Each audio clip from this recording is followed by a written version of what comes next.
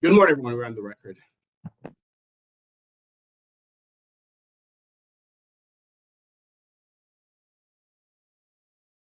Good morning. As chairperson of the Alcoholic Beverage Control Board for the District of Columbia, and in accordance with DC Code Section 2571 at C of the Open Meetings Act, OMA, I am welcoming you to the regular scheduled meeting of the Alcoholic Beverage Control Board.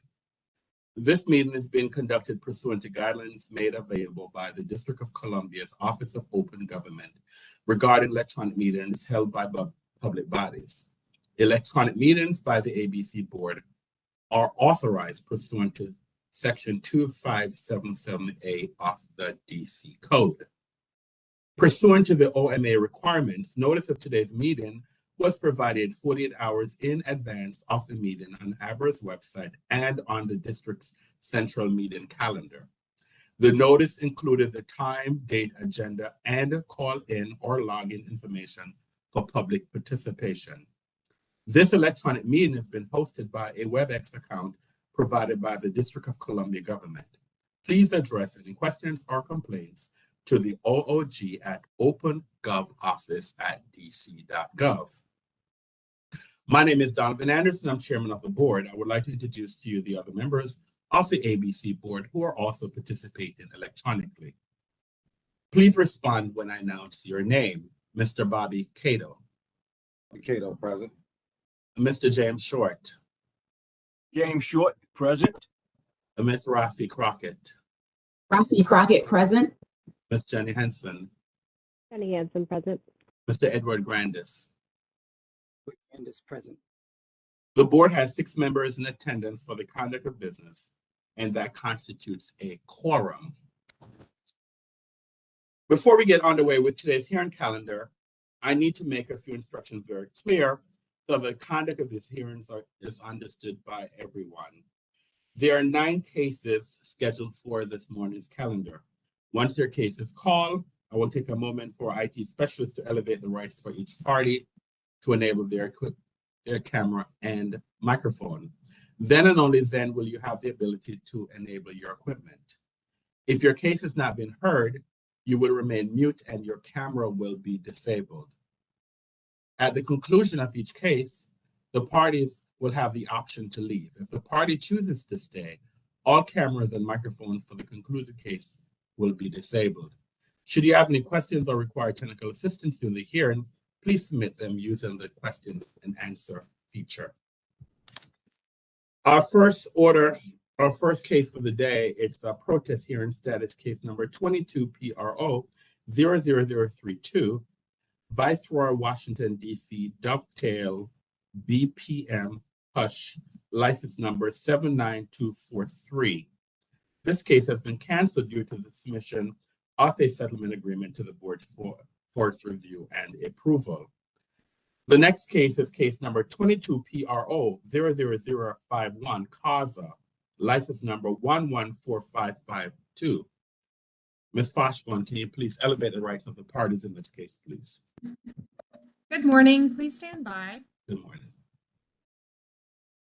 I do not see the licensee, Chad Spangler. If you're the licensee, please send me a chat. Robert Goldberg is not present, but I do see Banka, so I'm making them a panelist. That is all, Mr. Chair. Thank you.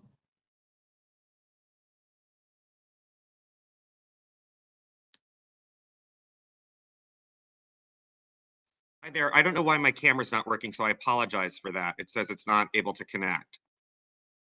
All right, you are, and who are you, sir? I'm sorry. Sorry, I'm Robert Goldberg. I represent, there we go, there's my camera. I'm Robert Goldberg, and I represent Banka.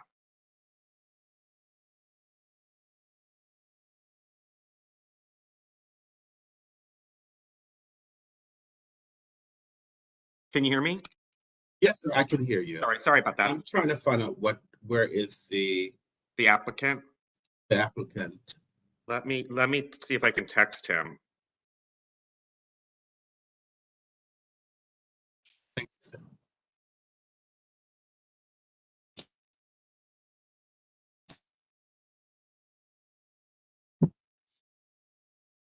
I just sent him a text message. I'm not sure if he's having technical difficulties, so that's one of the reasons why I'm trying to. And if not, I will recall this case if he doesn't respond to you. Would you like me to give you an update of kind of where we're at? Would that be? Unfortunately, I'll have to wait for him to be on the line Okay. to do that. But I do appreciate that. Thank you. Oh, he said he wasn't sent the link. Can I send him the link that I received, Mr. Anderson? Yes. Our Miss Foshbron, will that same link work? It should. Okay, Yes. I'm sending it to him right now. Thank you. Just sent it.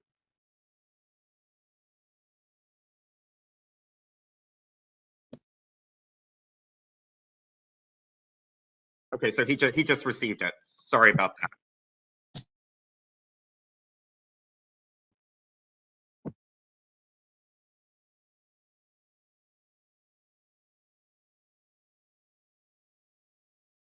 All right, so he has a link, and so Ms. Foshman, please look for Mr. Yeah, he said he's logging in right now. All right, thank you. And thank you for your assistance, Mr. Goldberg. Oh, of course, absolutely.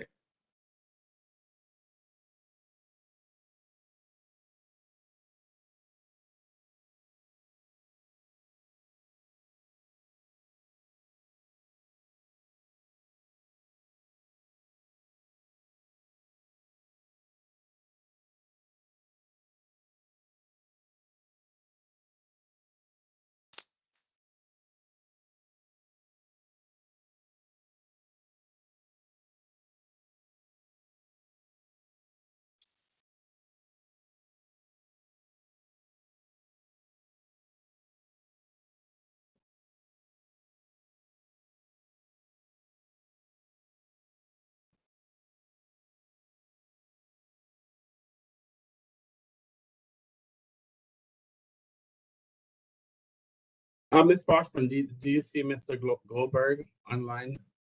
No, I'm sorry, Mr. Spangler, I'm sorry.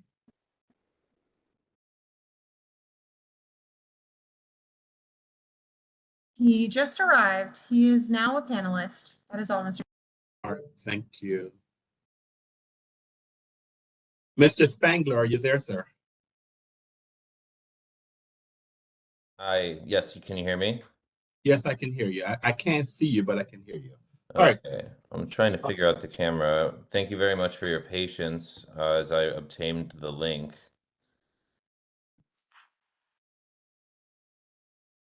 Well, we can start since I can hear you. All right, so good morning, everyone. So, Mr. Spangler, can you please spell and state your name for the record and identify your relationship to this establishment, sir? Absolutely. My name is Chad Spangler, ChadSpangler.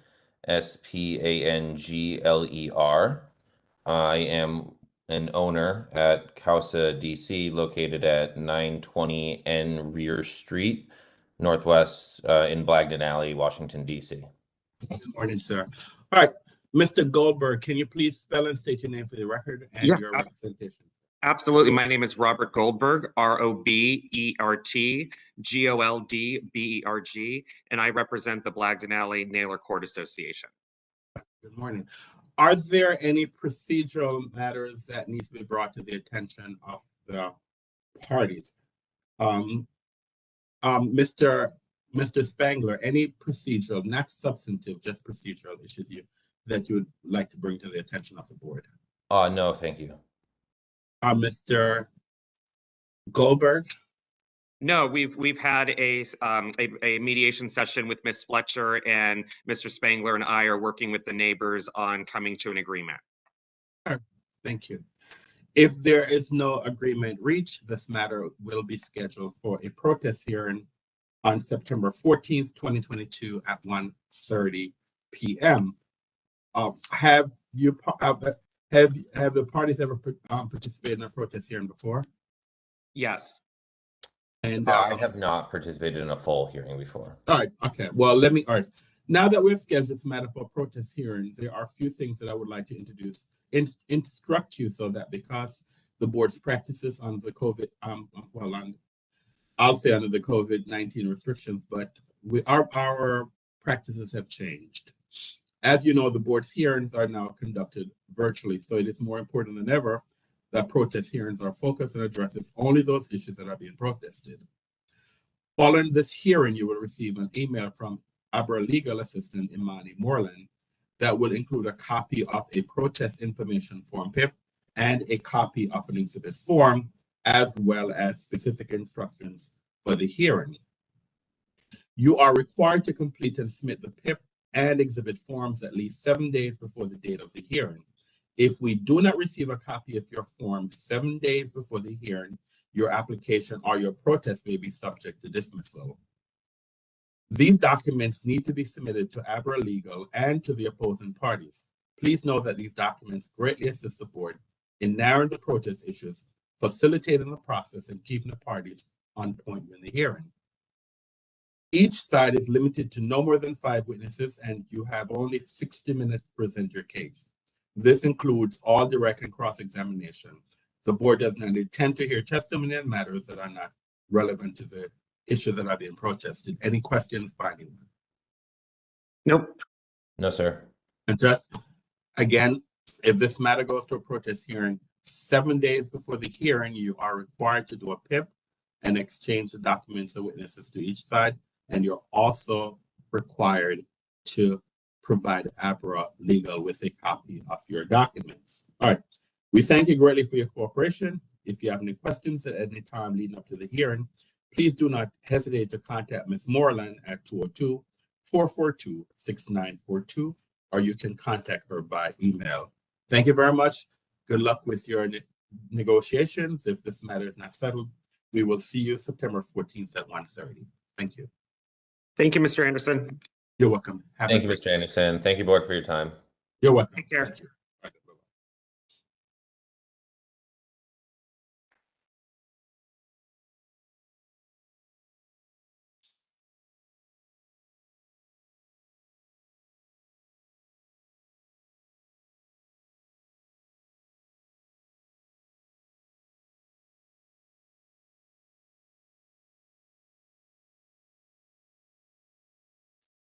All right, our next case is case number 22 PRO 00049, Thompson, Washington, D.C. Anchovy Social Maleno Mayor, license number 114613. Ms. Foshman, can you please elevate the rights of the parties in this case, please? Please stand by. Chairperson Edward Daniels, your rights have been elevated, and Sidon Johannes, your rights have been elevated. That is all, Mr. Thank you.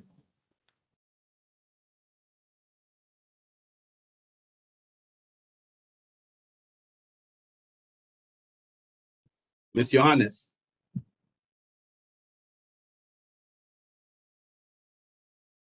Good morning. All right. Good morning. Can you please spell and state your name for the record and your representation, ma'am? Sidon Johannes on behalf of the applicant, SIDONYOHANNES. Good morning. Good morning, Mr. Daniels. Can you please spell and state your name for the record and your representation, sir? Yes, good morning, everyone. My name is Edward Daniels, representing ANC 6D. That's Edward, EDWARD, Daniels, DANIELS. Good morning, sir. And I apologize for the shadowy setting here. Well, you're fine, sir. Yeah. The only difference is that pull away a little bit from the camera. I know it's so we can there we go. So we can see your face clearly. Yeah. Right. All right. Thank you. Ms. Johannes, are there any preliminary matters in this case, please? None for the applicant. And Mr. Daniels, are there any preliminary matters in this case, sir? No. Thank you. Then this matter is scheduled for a protest hearing on September 21st, 2022 at 1:30 p.m. Do the parties wish for me to review the instructions for a protest hearing?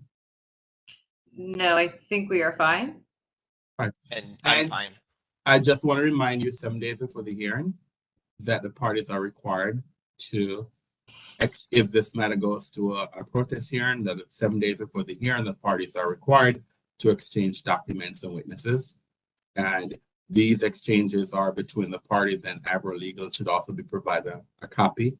And each side is will have no more than 5 witnesses, and you have 60 minutes to present your case. If the parties are able to settle this matter, the board supports settlement, so we look forward to that. If not, we will see you on September 21st at 1:30 p.m. Good morning and have a great day. Thank you. Thank you.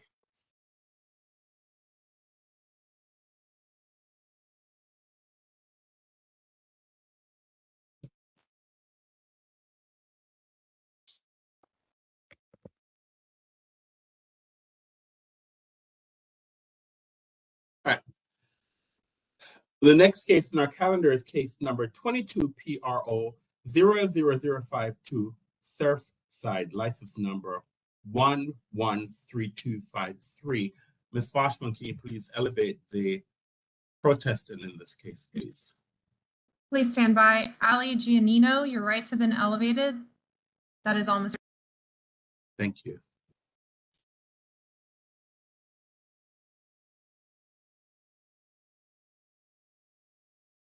Ali Giannino? Hi. Okay, good morning. All right, good morning. Ms. Foshburn, can you please spell, I'm sorry, not Ms. Foshburn, I'm sorry, Ms. Johannes. Can you please identify yourself for the record, please? Yes, Sidon Johannes on behalf of the licensee, and that's SIDONYOHANNES. Ms. Giano, Giano, can you please spell and state your name for the record, please, and your identification? Sure. My name is Ali Giannino, ALIGIANINNO, and I'm the commissioner for ANC 3E05. I apologize, Ms. Janina. That's okay. I apologize. Now I've heard it, so all right. Good morning. Are there any preliminary matters in this case? Ms. None for the applicant. Thank you, Ms. Gina. No. Miss, one more time for me, please, ma'am. Miss Giano? Giannino. Janino. Janino. I apologize. I try to pronounce the names properly. All right. This matter then is scheduled for a protest hearing on July. I'm sorry. No, this matter is scheduled for a protest hearing on September 21st, 2022 at 1:30 p.m. Are the parties aware with the protest proceedings, or do I need to read the directions? I'm aware. The applicant is final deferred to Ms. Janino. I'm aware of how this works. So I just remind both parties that if this matter goes to a protest hearing, 7 days before the hearing, you are required to exchange PIP with the exchange PIP. These documents must be provided to the other side and also Abra Legal, and you're limited to 5 witnesses, and you have 1 hour to present your case. I wish you good luck in your negotiations. If this matter is not settled, then we will see you on September 21st at 1:30 for the protest hearing. Thank you very much for being here today, and have a great day. thank you as well. All right, thank you.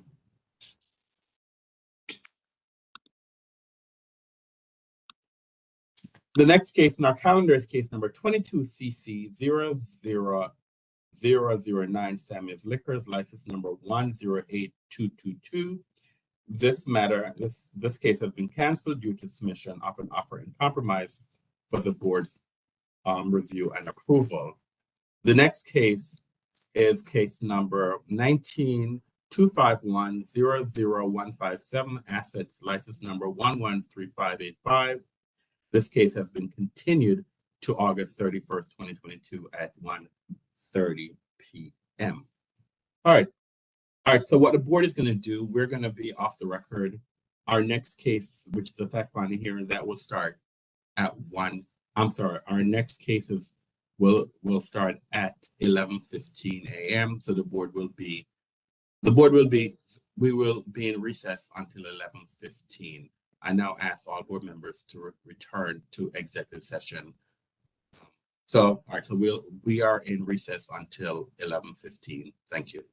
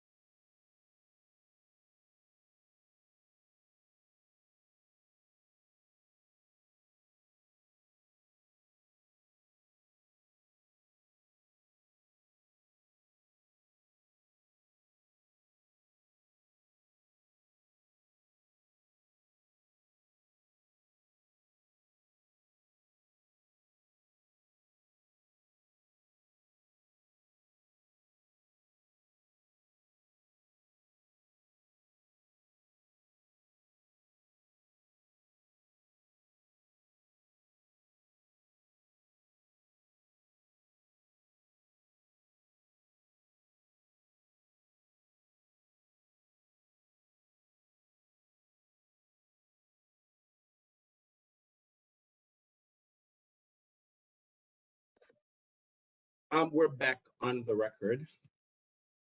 Our next case is a fact-finding hearing on 3 pub crawls. So I'm going to call all 3 cases at the same time. The first case is a pub crawl for DC Halloween Crawl 2022 Project DC events. The second event, it's Reginald Illigan, the Halloween Hip Hop Bar Crawl, Regmo Promo Holdings. And the third one, it's the applicant is Melinda McLean. This is for Nightmare on M Street, Lindy Promotions. Ms. Foshbon, can you please elevate the rights of the parties for the pub crawl, please? Pub crawl, the 3 pub crawl hearings, please. Please stand by. Alex Lopez, your rights have been elevated. Andrew Klein, your rights have been elevated. Andrew Huff, your rights have been elevated. Captain Sherelle Williams, your rights have been elevated. Captain Craig Solgott, your rights have been elevated.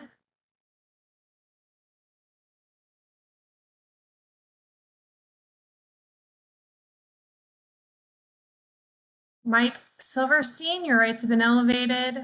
Kevin Puente, your rights have been elevated. Reginald Eliason, your rights have been elevated.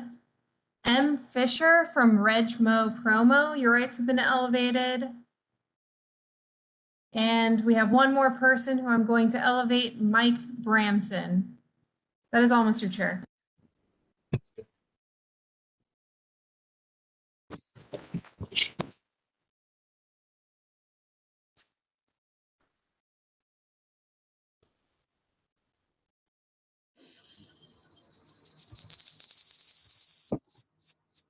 Mr. Regmo, I need you to mute your phone, please.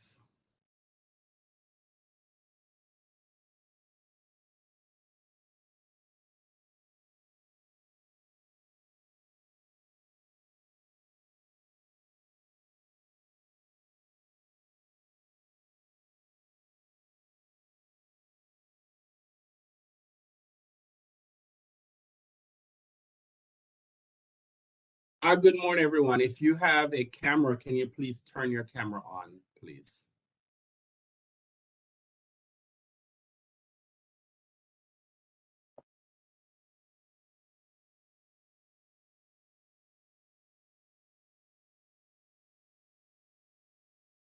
Is there anyone here from the bid? Okay, good. All right, good. All right, good morning, everyone. So I'm going to have everyone introduce themselves for the record. So let's start with let's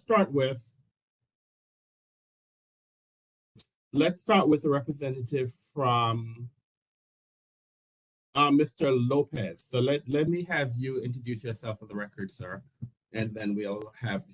So we'll start with you, Mr. Lopez. Mr. Lopez, are you there? Hello. I'm sorry. That's one of the reasons why I asked everyone to turn their cameras on, because at least if your camera is on, I can tell that you're there. So, but let me start with you, Mr.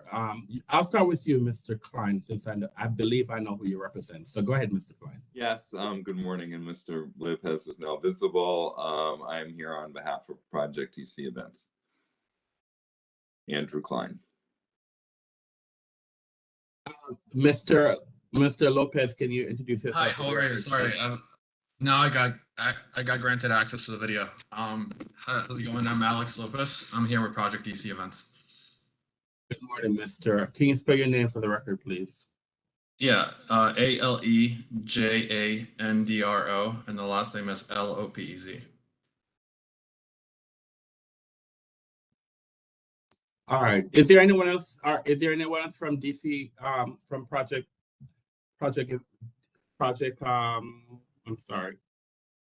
Project DC Events. Yeah, I'm sorry. Is there anyone else with you? It's just you and Mr. Klein? That is correct. All right. So let's have Regmo. From Regmo, please spell and state. Well, let's start with a representative from Regmo. Hi, how you doing? I'm Reginald Eliason, Reginald. Last name's Eliacin. Munisa Fisher, Monisa Fisher. All right, good. And you're from where, please? Rechmo Promo. Good morning. Good morning. And I'm sorry. So what about Lindy Promotions? Who's here from Lindy Promotions? Mike Bramson with Lindy Promotions. Michael Bramson.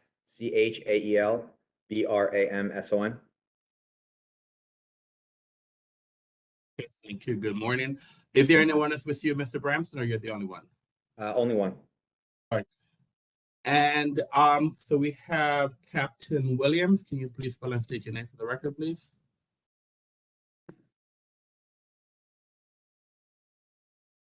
Good morning, everyone. I'm Captain Sherelle Williams. My name is spelled Sherrelle Williams, Williams.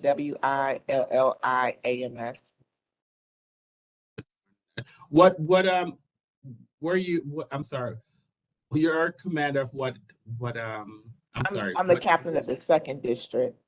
Thank you very much. You're welcome, thank you. All right, Captain Solgat, can you please spell and state your name for the record, please?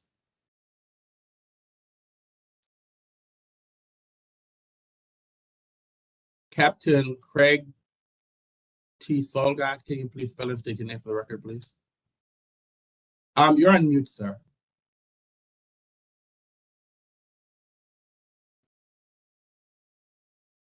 I still can't hear you. I believe you need to unmute yourself.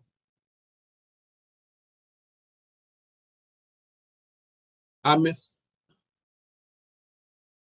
Fosberg, has he been unmuted? Chairperson, was it Mike Silverstein? No, it's Captain Solgat, I believe, is a person who we can't hear.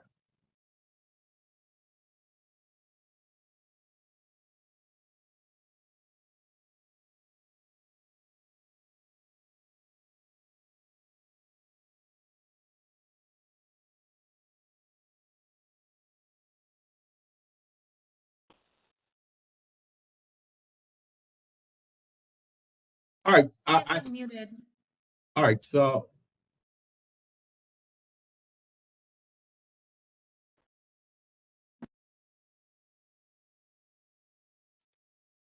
all right, Captain Solgat, can you please spell and say your name for the record, please? Captain? He asked if we could come back to him. He's trying to get it together. Okay, fine. Mr. Huff, can you please spell and state your name for the record, please? Thank you. Good morning, Mr. Chairman. My name is Andrew Huff. Andrew, common spelling, last name Huff, Huff, and I'm with the Golden Triangle Business Improvement District. Thank you. Good morning. Mr. Silverstein. Mike Silverstein, MikeSilverstein, ANC 2B06. Good morning, Mr. Silverstein. Hold on.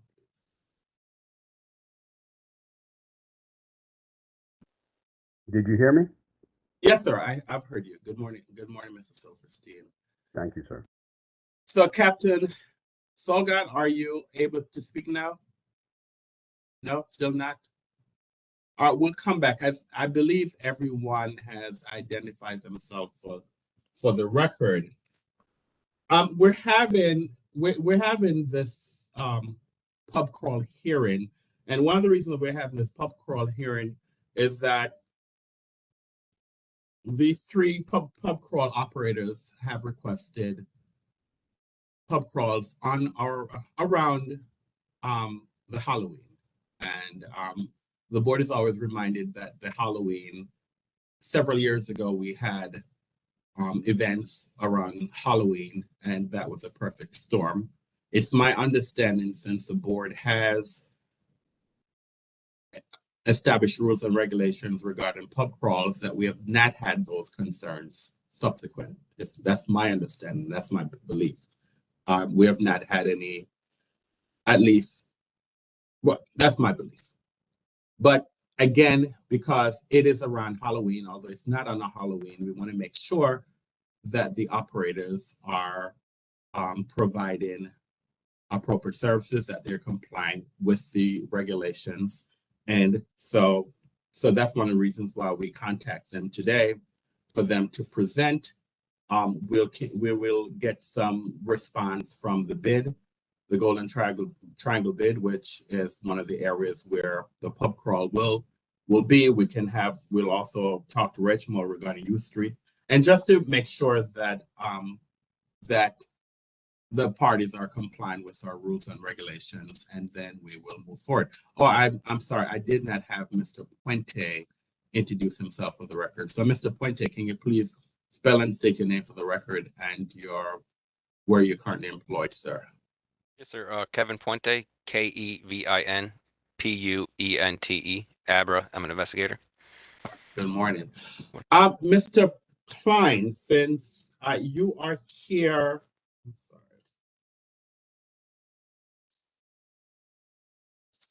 Just real quickly, can anybody hear me? I'm sorry, who is that? Someone speaking. And Thank you. yes, sir. Can you introduce yourself for the record, sir? All right, yeah. So again, my name is Captain Craig Solgat, spelled Craig. Last name is Solgat, Solgat. I'm a captain of the 3rd District, which encapsulates the U Street corridor. Good morning, sir, and welcome. All right, so we can start with Mr. Klein. You're here, and so maybe you can tell us what it is that, as far as Project DC events, what is it that you have to offer regarding the pub crawl, the request for a pub crawl on September 30th, 2029, the DC Center, and this DC Center crawl on September. So the DC Halloween crawl is on October 29th. Right. And there's also a Santa crawl on December 10th, 2022. So maybe Mr. Klein, you can just provide some more information to us. Sure. Thank you, Mr. Chairman. I appreciate that, and thank you for holding this hearing. As Mr. Chairman, you pointed out, we've had these fact-finding hearings for a number of years, since what was then described as the perfect storm occurred, and that's 7 years ago, if you can believe it. But I think, Mr. Chair, you are correct. With the regulations that the board put in place, and the operators' compliance with those regulations, we have not had a repeat of what we saw 7 years ago. My client, as you stated, would like to do a Halloween crawl on October 29th, from the hours of 2 p.m. to 10 p.m. It is anticipated that there would be between 2,500 and 3,500 patrons. They have filed a comprehensive security plan as well as a trash management plan. In terms of security, they will have 30 of their own staff who will be there monitoring. And as you will see from the plan, each of the establishments involved will also have security and will maintain security for their premises. Mr. Lopez has found that has worked well over the last number of bar calls that he's organized and held, and that the establishments have done their part. I want to speak for a minute about trash management, because I think that was an issue that that came up the post after the last bar crawl. We were before you, and we were here with the bid, representatives of the Golden Triangle bid. There were some discussions about the bid taking over the post cleanup, management of the post cleanup. Mr. Lopez those discussions were never finalized, but he remains open to pursuing that. In lieu of that, there is a trash management plan. He also plans to take photographs after the cleanup is done, so there isn't any question about what's been done, and we're happy to make those available to the board as the board sees fit. In addition to the security, and that will be provided by his organization, and the security that will be provided by the individual establishments, and this is not part of his plan. It's something that he and I have discussed in the past week. He is committed to bringing in a minimum of 2 reimbursable detail officers.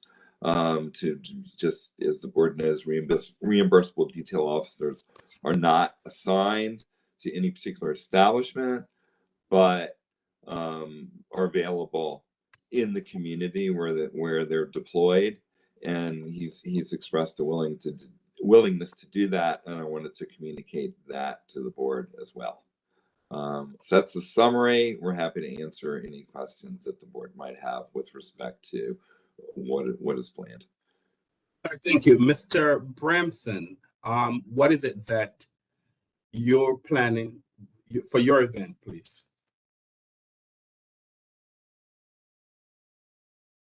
Yeah, so very similar. We have a very similar plan, but we hired, aside from each bar having their own security, which has worked well in the past, and we've told them to have even more than normal. What worked well for us last year is we hired a third-party company called Next Level Security. There's four of them, 2 at each registration bar. Once registration, which is usually the busiest time, they kind of scatter and check in on each bar. So aside from our staff, which is around 20 to 30 as well, we also, and in addition to that, the security of the establishments, we have a third party, which I think was a requirement last year that we had and worked out really well. And then we also hired, same as last year, it's Bayside Cleaning. And they start at 2 a.m. But I do remember the conversation last year having the kind of the bid take over that, and we reimbursed them for that. I still think that's kind of the best idea, instead of having 3 different companies. I'm not sure which one Project DC hired, but we hired another company, and I'm sure the bid has their regular one that comes at the end at 4 a.m. or 6 a.m. whenever time they come. So I'm still open to that as well. So Mr. Brams, what you're asking for how many people for your event, sir? We have about 2,000 people. So the request to the board is for how many? For 2,000? Yes. And what are the hours? The hours are 2 p.m. to 10 p.m. And what area, what area you're requesting? DuPont. DuPont. All right. Regmo Promotions, can you tell us what's been requested and when? Hey, thank you, Mr. Chairman, for having us. Yes, we're going to be doing our bar crawl from 2 to 10 p.m. along U Street and 14th Street. It's going to be on October 29th. We are anticipating 1,500 to 2,000 people. Our security plan, I believe we're going to have about 5 security guards in addition to the security that's inside the bars. We work with Devil Dog Security as far as that. We also, our registration points are pretty much during the time of the scheduled time of the bars. So we always have either our staff, which is generally at least we have 8 to 10 staff members, and maybe, like I said, about 5 security guards. And we kind of, and as well as us, we manage the whole event, and we will have somebody at each one of the locations in order to do check-in, and also as far as to provide extra security as well. Thank you, Mr. All right, thank you. Mr. Huff, as far as part of the bid, do you have any comments you want to make? Sure. I have a very brief testimony that I'm happy to read into the record if this is the appropriate time. You can go ahead, sir. Thank you. Good morning, members of the ABC Board. My name is Andrew Huff. I'm the Associate Director for Member and Government Relations at the Golden Triangle Business Improvement District. I appreciate the opportunity to testify before you today regarding the proposed Halloween bar crawls in the Golden Triangle neighborhood. As you know, the bid has testified on several occasions before this body, beginning in 2015, regarding the adverse impacts on the neighborhood resulting from multiple bar crawls, including serious issues of both public health and public safety. As we know from the bar crawls that took place last Halloween, there is still a long way to go to ensure that attendees have a safe experience and the neighborhood is not left in disarray the following morning when business owners, workers, residents, and visitors arrive in the Golden Triangle.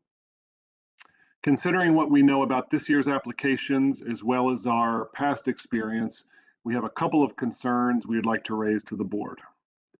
The first of which is the number of expected attendees and crowd control. Establishments and sidewalks are already at capacity on Halloween and Halloween weekend in the Golden Triangle. Adding additional people can cause overcrowding and dangerous situations for pedestrians, as we saw this past Halloween.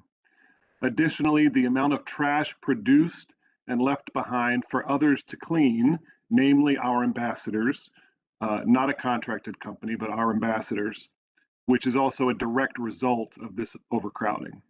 We've presented on several occasions photographs of the condition of the neighborhood during and after these events. The second issue is post-event cleaning. We've seen repeatedly, in spite of board mandated cleaning requirements, the neighborhood totally trashed the morning after these events. Even with contracted cleaners, our ambassadors are left with the job of cleaning up the streets and sidewalks of the neighborhood. We've recently been fortunate to enlist assistance from the district's Department of Public Works and have already requested their assistance for this event, as we have very little faith the promoters will follow through on their requirements in a thorough manner. Cleaning should not take place when the permitted event ends, but rather when the neighborhood empties out, and should focus on the entire block face where participating bars are located, not just the area adjacent to each establishment. The Golden Triangle bid works hard to support all of the businesses in our neighborhood and to help ensure their success. The pandemic continues to impact the Central Business District and the many small businesses located here. We strive to balance these types of events and activities with the impacts they have on the greater community. Thank you for the opportunity to testify, and I'd be happy to answer any questions you may have. Thank you, Mr. Huff. Mr. Silverstein, on behalf of the ANC, please. Thank you, Mr. Chairman. First, the 2015 event upon which all of this thing is predicated was in fact the perfect storm, and it involved 3 different pub crawls all happening at the same time. It did not at that point involve a pandemic. It did involve Halloween. The question is, is there any public good in holding multiple pub crawls on the same week as Halloween? Because in reality, we're going to be full down here anyway.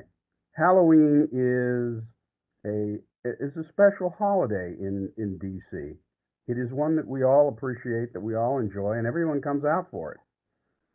The idea that anyone needs an additional pub crawl or 2 or 3 on a day when the police are going to be stressed anyway and are understaffed anyway, I don't think that it makes sense. I support pub crawls. I always have, but this is one of those things. You say you're going to offer RDOs.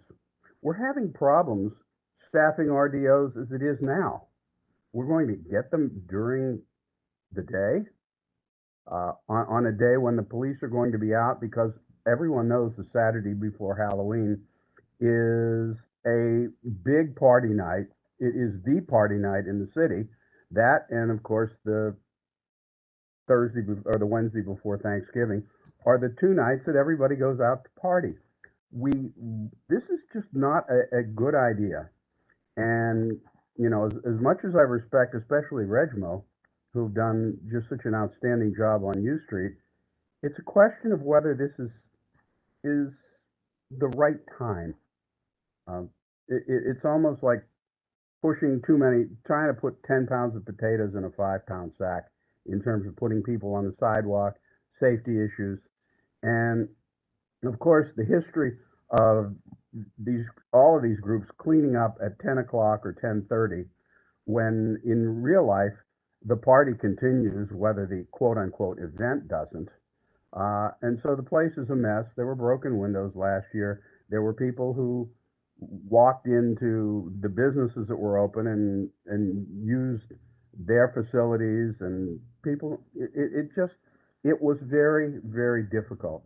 I don't see public good in doing it, but if you do, and I respect that if you do, please keep the numbers low.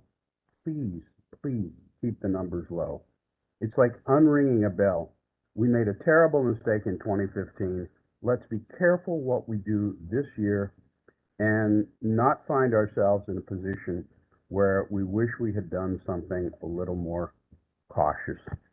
I didn't have prepared statements.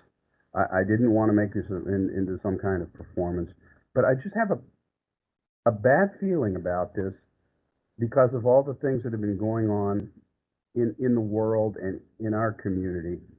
And I don't want us to be doing anything that we'll regret. That's all. Thank you, Mr. Silverstein. Captain Williams, do you have anything generally you want to state about pub crawls and?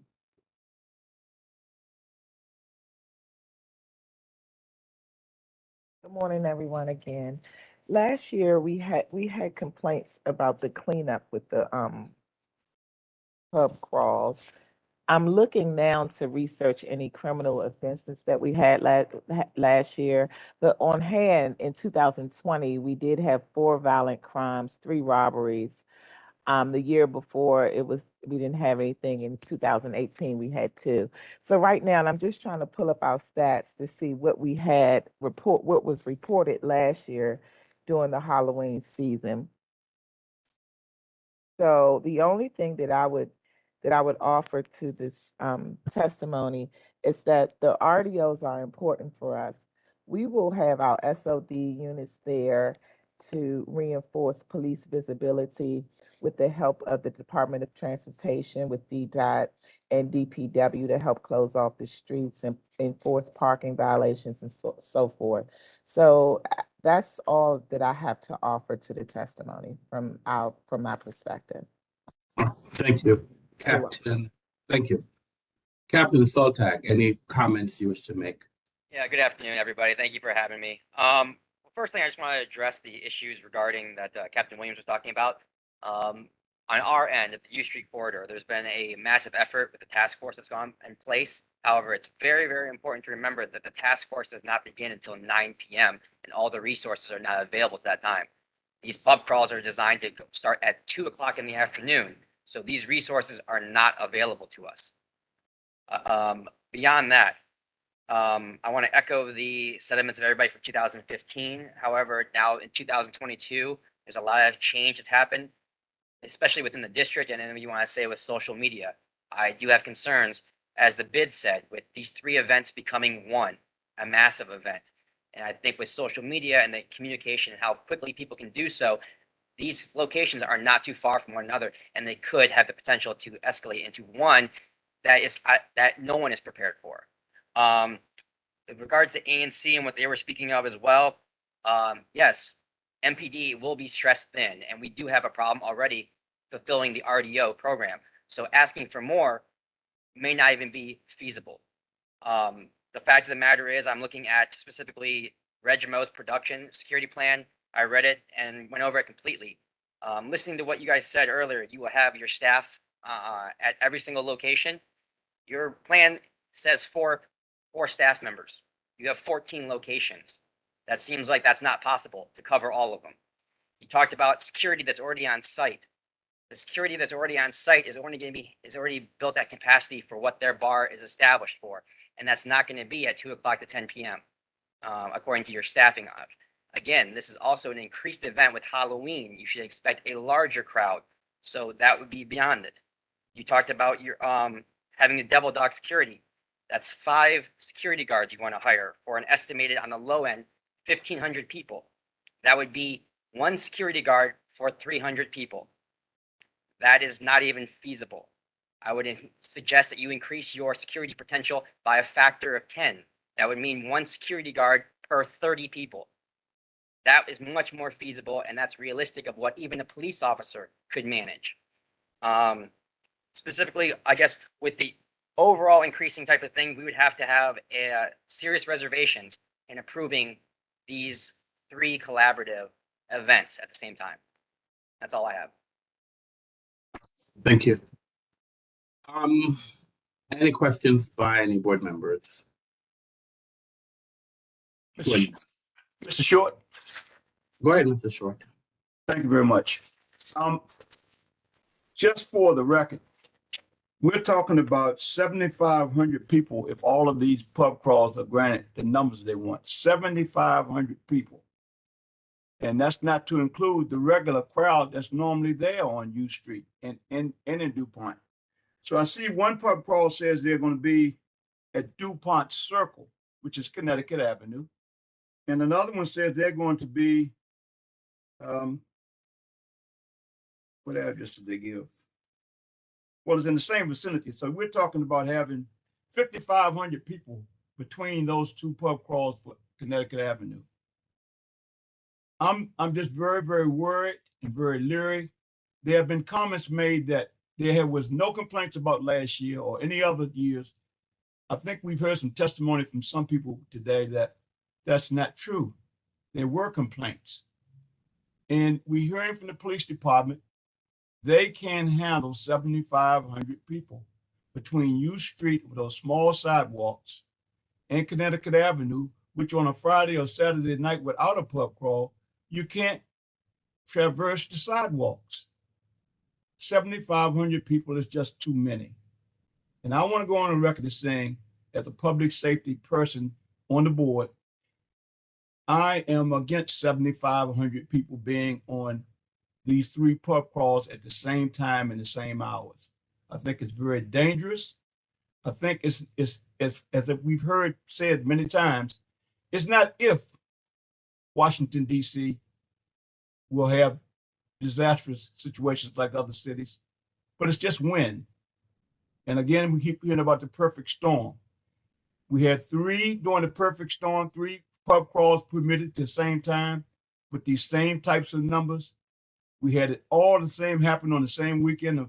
So the perfect storm is being brewed up again. I would just like for us to really think, and I really like to ask the police officers, the 2 captains from the 3rd district and the 2nd district, and thank you for your service, both of you. If I could get one of you to comment on 7,500 people between U Street and Connecticut Avenue, and someone mentioned if they all join into one pub crawl, there's no way. And I do know when they had the perfect storm, the last one, every police officer in the District of Columbia had to be summoned to Connecticut Avenue because they couldn't get any public safety vehicles through. Ambulances, fire engines, no public safety was available until they called all policemen from every area, every PSA in the city, which means the other citizens of the city weren't protected. That's all I have to say for this time. And I really like, if I could, to get also someone else to talk about the trash cleanup. We're hearing now that somebody wants to pay the bid. And I'd like to know, are there any contracts with the bid, or is this just a pie in the sky? The streets were torn up, trash and litter, human fluids all up and down the streets. And I don't think that's a healthy thing for this city. And I don't think it's a healthy thing for this board to again have 3 pub crawls on the same night and same hours, or same day and same night, same hours, as we did 7 years ago, which didn't work out so well for us. Again, I'm just saying a word of caution. I, as a board member, think 7,500 is much too much. 1,500 to 2,000 on U Street is much, much, much too much. I think that as someone has requested, maybe the ANC or someone who testified said, maybe if we put the numbers at a reasonable, manageable number, MPD would be a lot more satisfied. Whoever's going to have to do the trash cleanup will be a lot more satisfied, and it'll be a lot more manageable. It's just too many people, and that's my testimony. Thank you for allowing me to speak. Any other questions by any of the board members? Go ahead, Mr. Grandis. I want to thank each of the participants today for taking time. I'm sure you all have very important things to be doing right now. So thank you to help us evaluate this. Mike, if I could ask you a couple questions. All these three applications are all for Saturday night. Mr. Short, can you please mute your phone, please? Mr. Short, please mute your phone, please. Mr. Branson, please mute your phone, please. Go ahead, Mr. Grandis. Mike, did you hear my question? These three events are all for Saturday night, correct?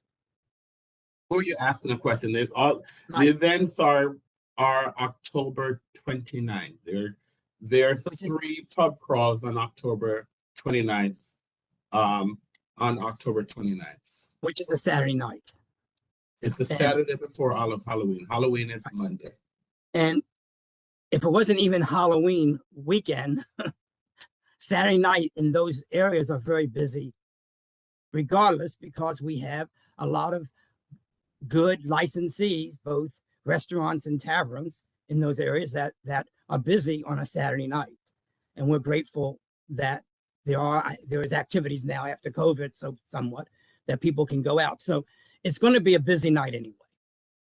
Also, from my experience when I was a bit younger, because Halloween is on Tuesday this year, I believe that some establishments start having events for Halloween on Thursday night. Some have it on Friday night.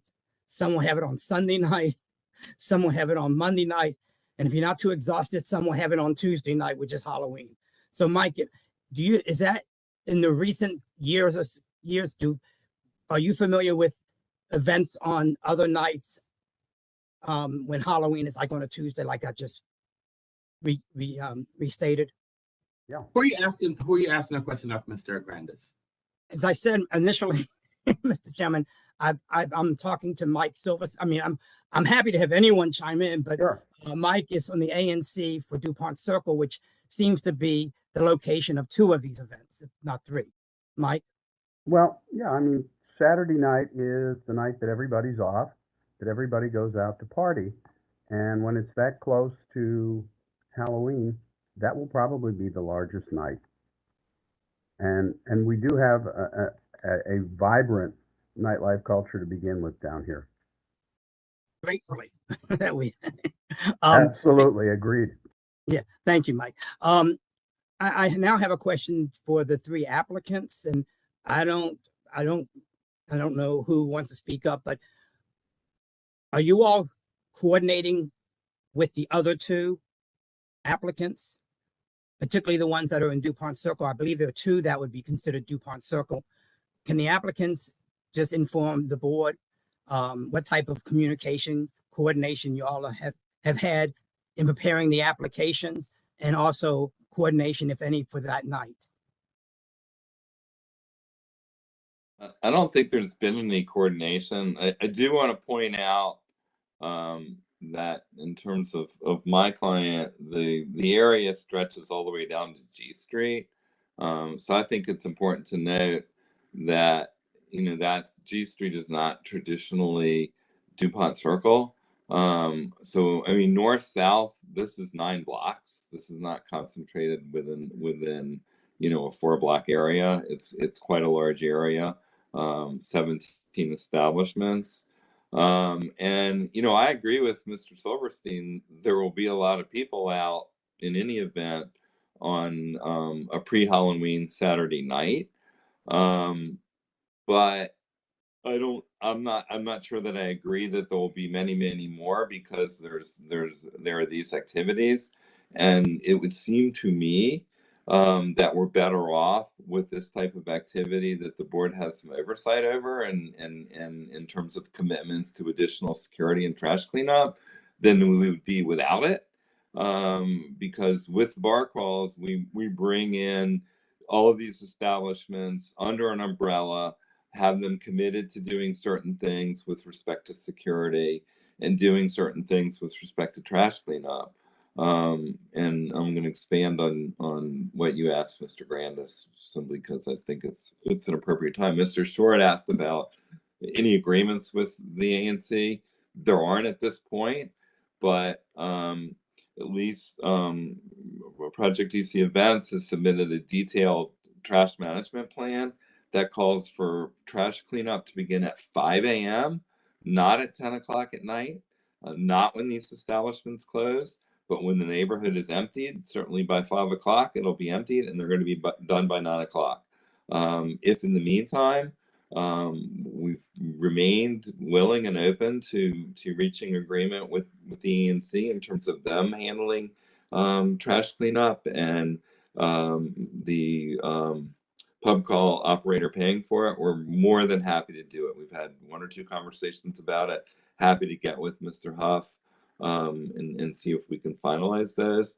But in the event we can't, we do have a very good, solid trash management plan, and I don't think that should be overlooked. People are going to be out, and it seems to me it would be better for them to be out in a situation that's a bit more supervised through these regulations, which I don't think we can ignore, have been effective since 2015 in mitigating the effects of this activity. I'm not going to say that, there are no issues when you get a lot of people out for hospitality. Yeah, it has to be managed. But I think the board is to be commended, has done a good job of setting forth a framework after 2015 to make sure that it is managed. And I can say, at least on behalf of my client, this applicant, that what's been submitted reflects thought and reflects the issues that need to be addressed, including, just a simple thing. Yeah, trash management, trash cleanup is going to start at 5 a.m., not at 10 o'clock at night. Mr. Klein, thank you. Because you are representing one of the applicants, I would think that particularly on this particular weekend, that these applicants could be very successful if one of them had it on a Friday night of this weekend, as opposed to a Saturday night. And I would even venture to say that one of them could be very successful if they did it on Sunday night. People who enjoy Halloween are going to go out.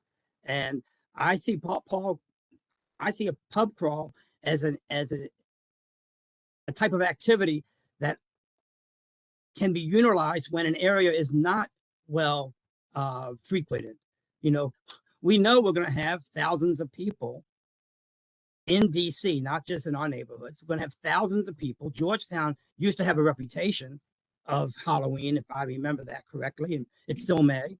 I think our MPD is going to be overworked even without pub crawls.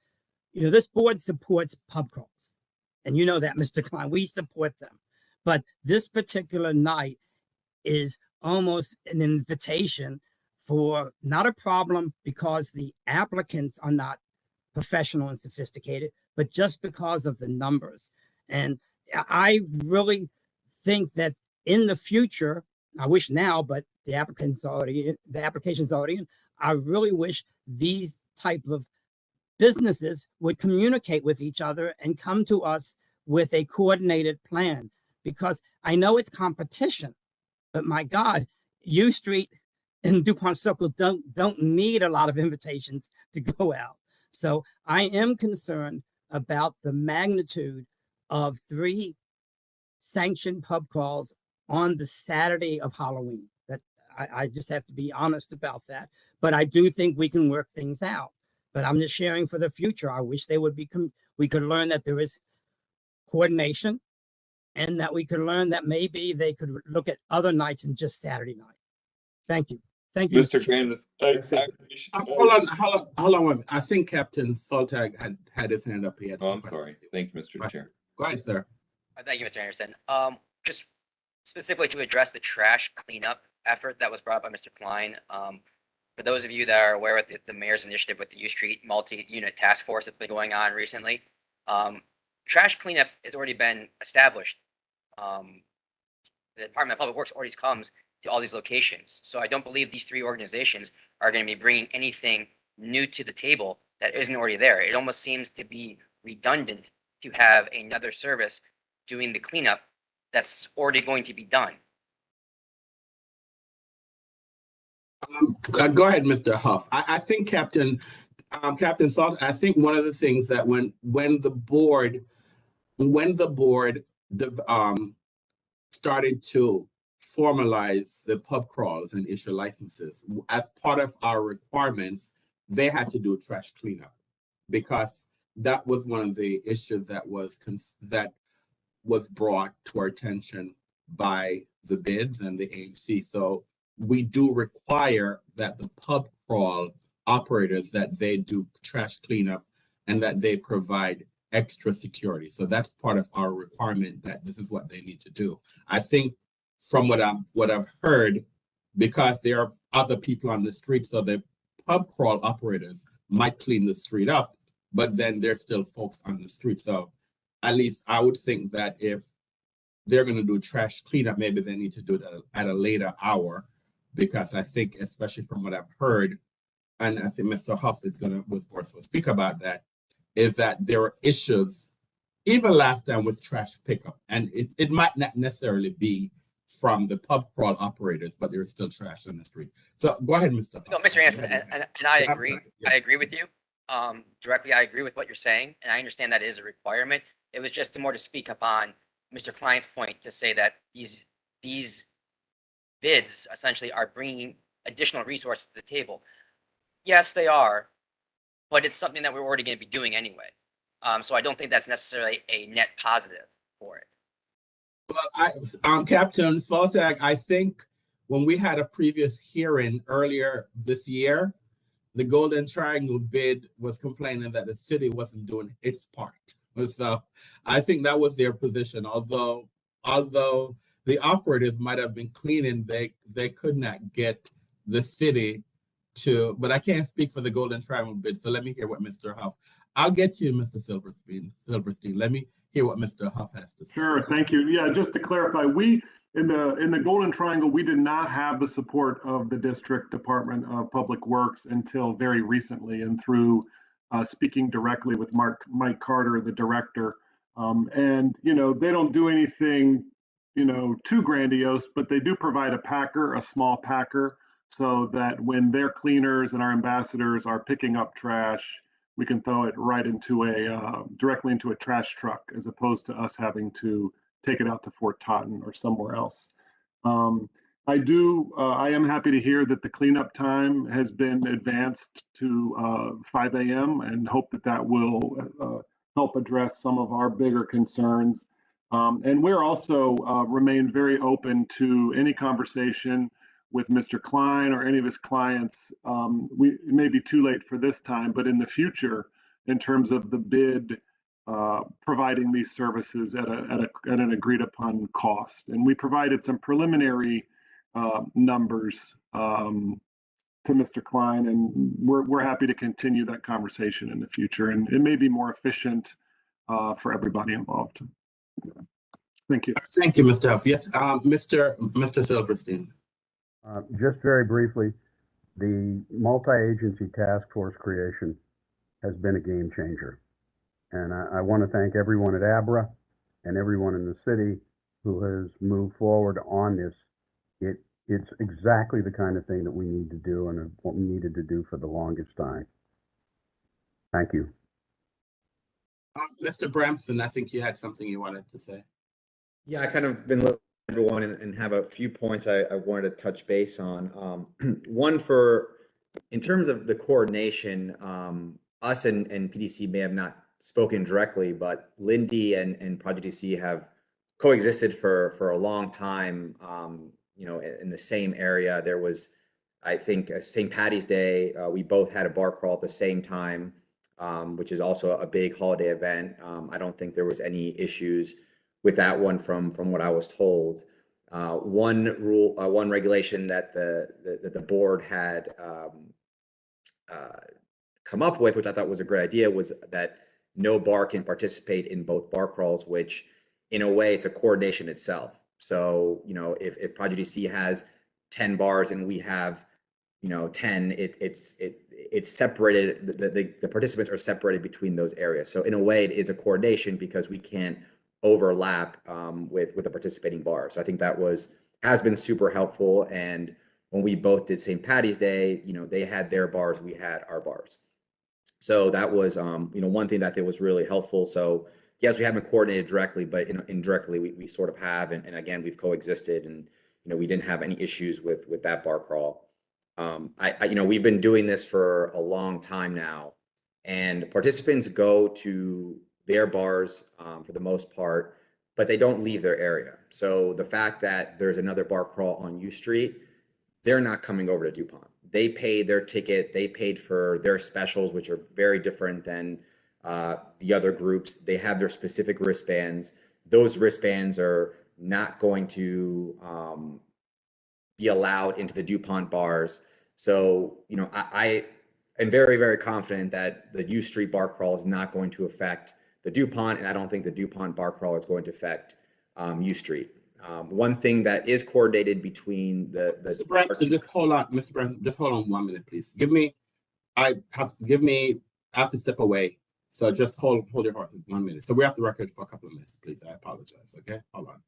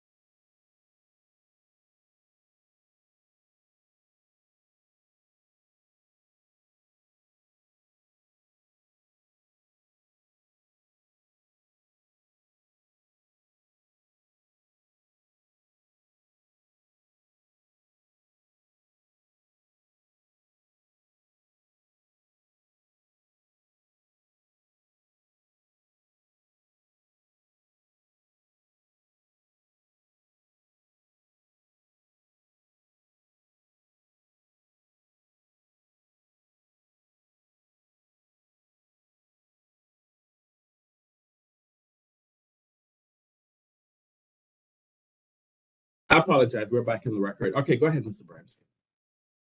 Yeah, so I was just kind of stating that I'm confident that the U Street won't overlap with DuPont and vice versa. And we've done this for a long time, and that's the reasons really being that each, you know, you have your specials, you're in that area, you have a wristband that lets you into those bars. One thing that Project DC and us do coordinate a few days before the event is a color of wristband so that we don't overlap. We've never had an issue with that before. So for example, we're red, they'll be green. Those are the wristbands that let you into those participating bars. So again, we've coexisted for a long time, so we know what works. So, you know, we don't want their participants in our bars and vice versa, and the bars don't either. So that's another, you know, way that we've kind of managed over the years. I remember that 2015, we had separate wristbands, but there was a third company that didn't even have a license, came in there with selling fake wristbands, and that was one of the issues that, and I don't even think they showed up to those hearings in 2015.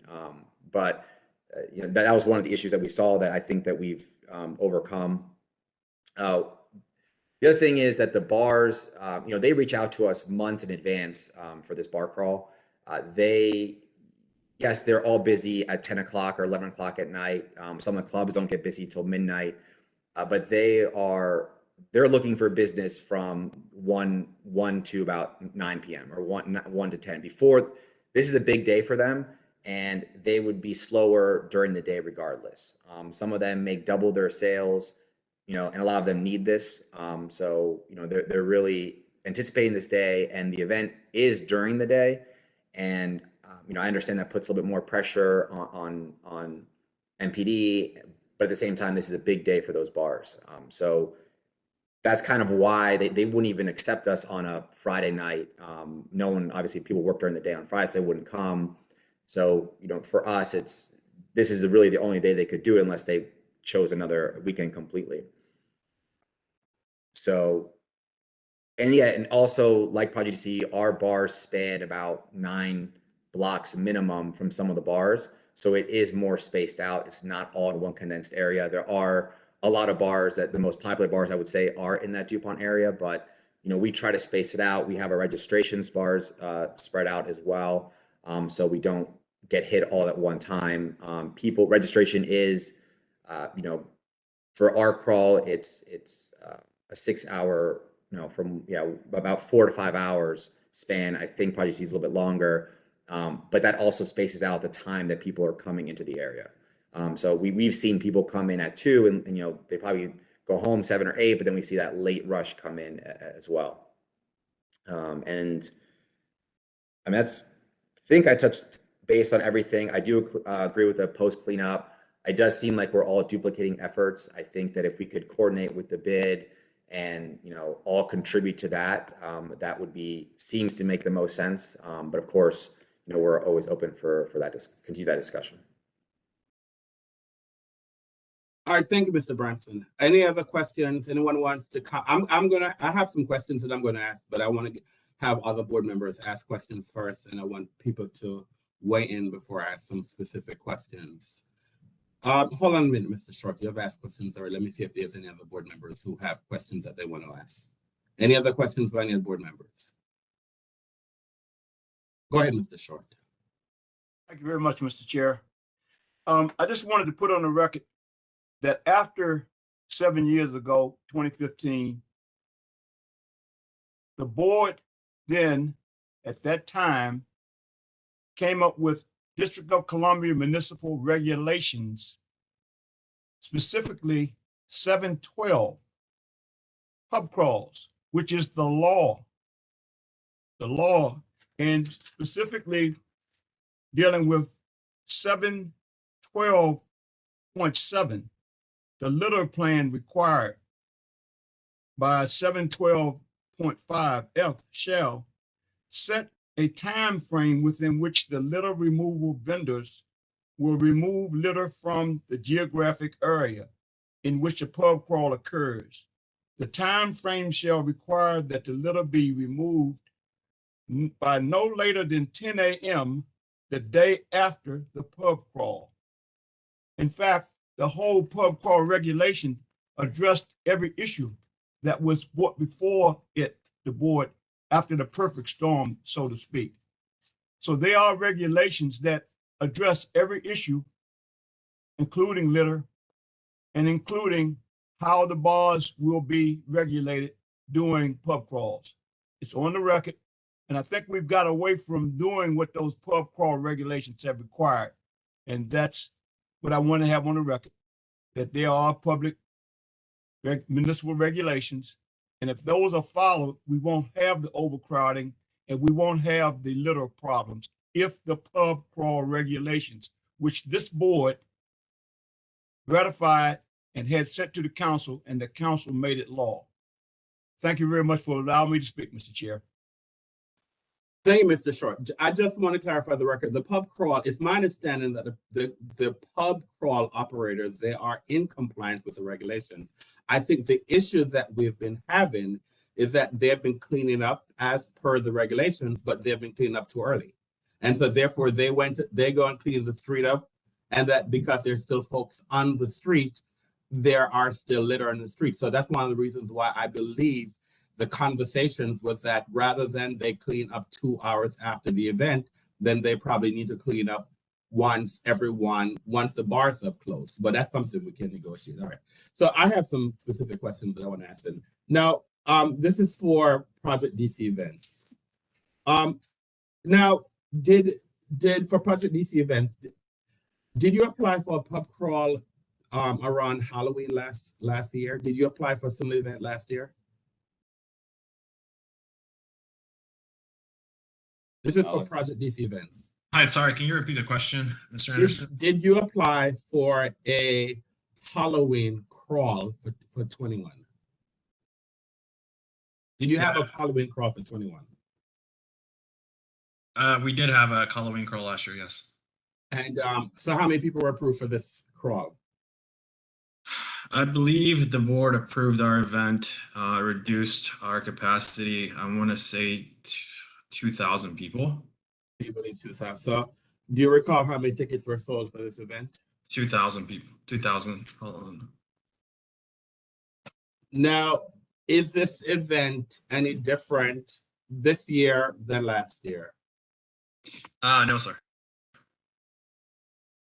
So what type of drink specials or special offers are being provided to participants? What type of drink specials? Yes, sir. We have a beer special, we have a rail drink special, and we have a shooter special. I know that, I apologize for the noise in the background. I know that we've spoken about the litter plan and secure, but tell me specifically, what is the security plan that you have in place for your event? Sure. So yeah, we were granted a license last year. I want to say it was 2,000 people that the board ended up going with for both Project DC events and Lindy. But in terms of security, we coordinate with every participating venue. In terms of the specials, we have 30 staff members, like Mr. Klein said at the beginning of the call. We, after check-in's over, usually our check-in goes from 2 p.m. and we close up maybe 5 hours later, depending if people are late. So worst case scenario will be 6:30 that we close up. And after that, our staff members, we go from bar to bar assisting. In terms of anything that's different between this year's event and last year's event, it's literally the exact same thing. Nothing has changed. We've had the same model for the last 7-8 years. But yeah, there's no differences. Now, was there any incidents or any incidents you thought you could have done, anything that you thought you could have done better as a result of us approving the pub crawl for last year? I think the only thing that I've seen is we use Bayside Cleaning LLC, and I think Lindy Promotions also uses them. I do want to say I'm not 100% sure. I think that Regmo may use them too. Regmo, you guys use them as well?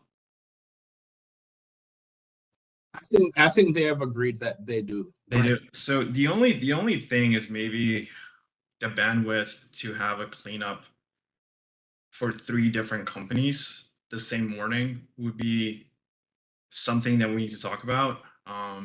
And I did talk to Mr. Klein actually this week, because I think in my eyes, having an agreement with the bid would make the most sense moving forward in terms of making sure that the bid's always happy with a post-event cleanup. I know that we briefly touched on this at the post-event hearing a few months ago. And I do want to say that maybe she had a rough idea, maybe like, paying the bid $150 per venue that's participating in the event would make the most sense. But like Mr. Klein said, nothing was ever finalized after the said hearing.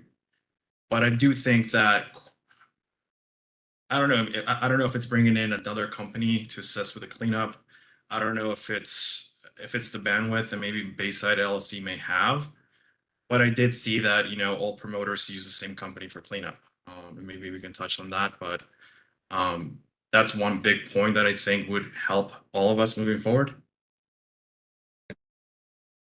I think, Mr. Lopez. So Mr. Lopez, I know you. So you're saying that you use Bayside for litter remover. Is that what you're stating? Yeah, we use Bayside LLC for post-event cleanup. Yes. And how long have you been using them? I would say 5 years. Now, in planning for this pub crawl, what communications, if any, has your organization had with other district agencies? I mean, for us, I mean, we definitely obey the application process. We email MPD and FEMS with the participating bars that we've applied for a certain date, and this is how many people we're expecting, and that's attached in our application.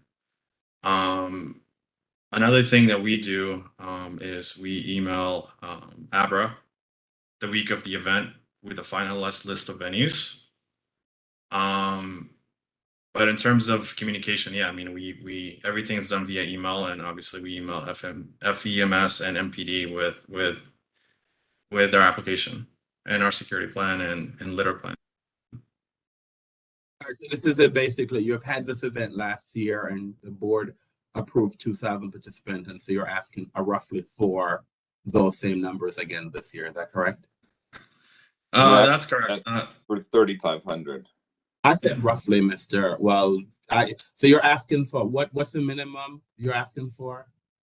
The minimum is 2,500, Mr. Anderson. So you're asking for 2,500 to 3,500. That's what you're asking for? Yeah. And just, you know, to answer your initial question in terms of how did last year go, the only thing that we're aware of is this trash issue that we've talked a lot about, and the board had a post event fact-finding hearing about. That's the only issue that we're aware of with respect to last year. All right, thank you. All right, now let me, I have some similar questions that I want to ask. I'm getting to your resume, because you're at a different area. So let me have I'm sorry, Lindy Promotions. So for Lindy Promotions,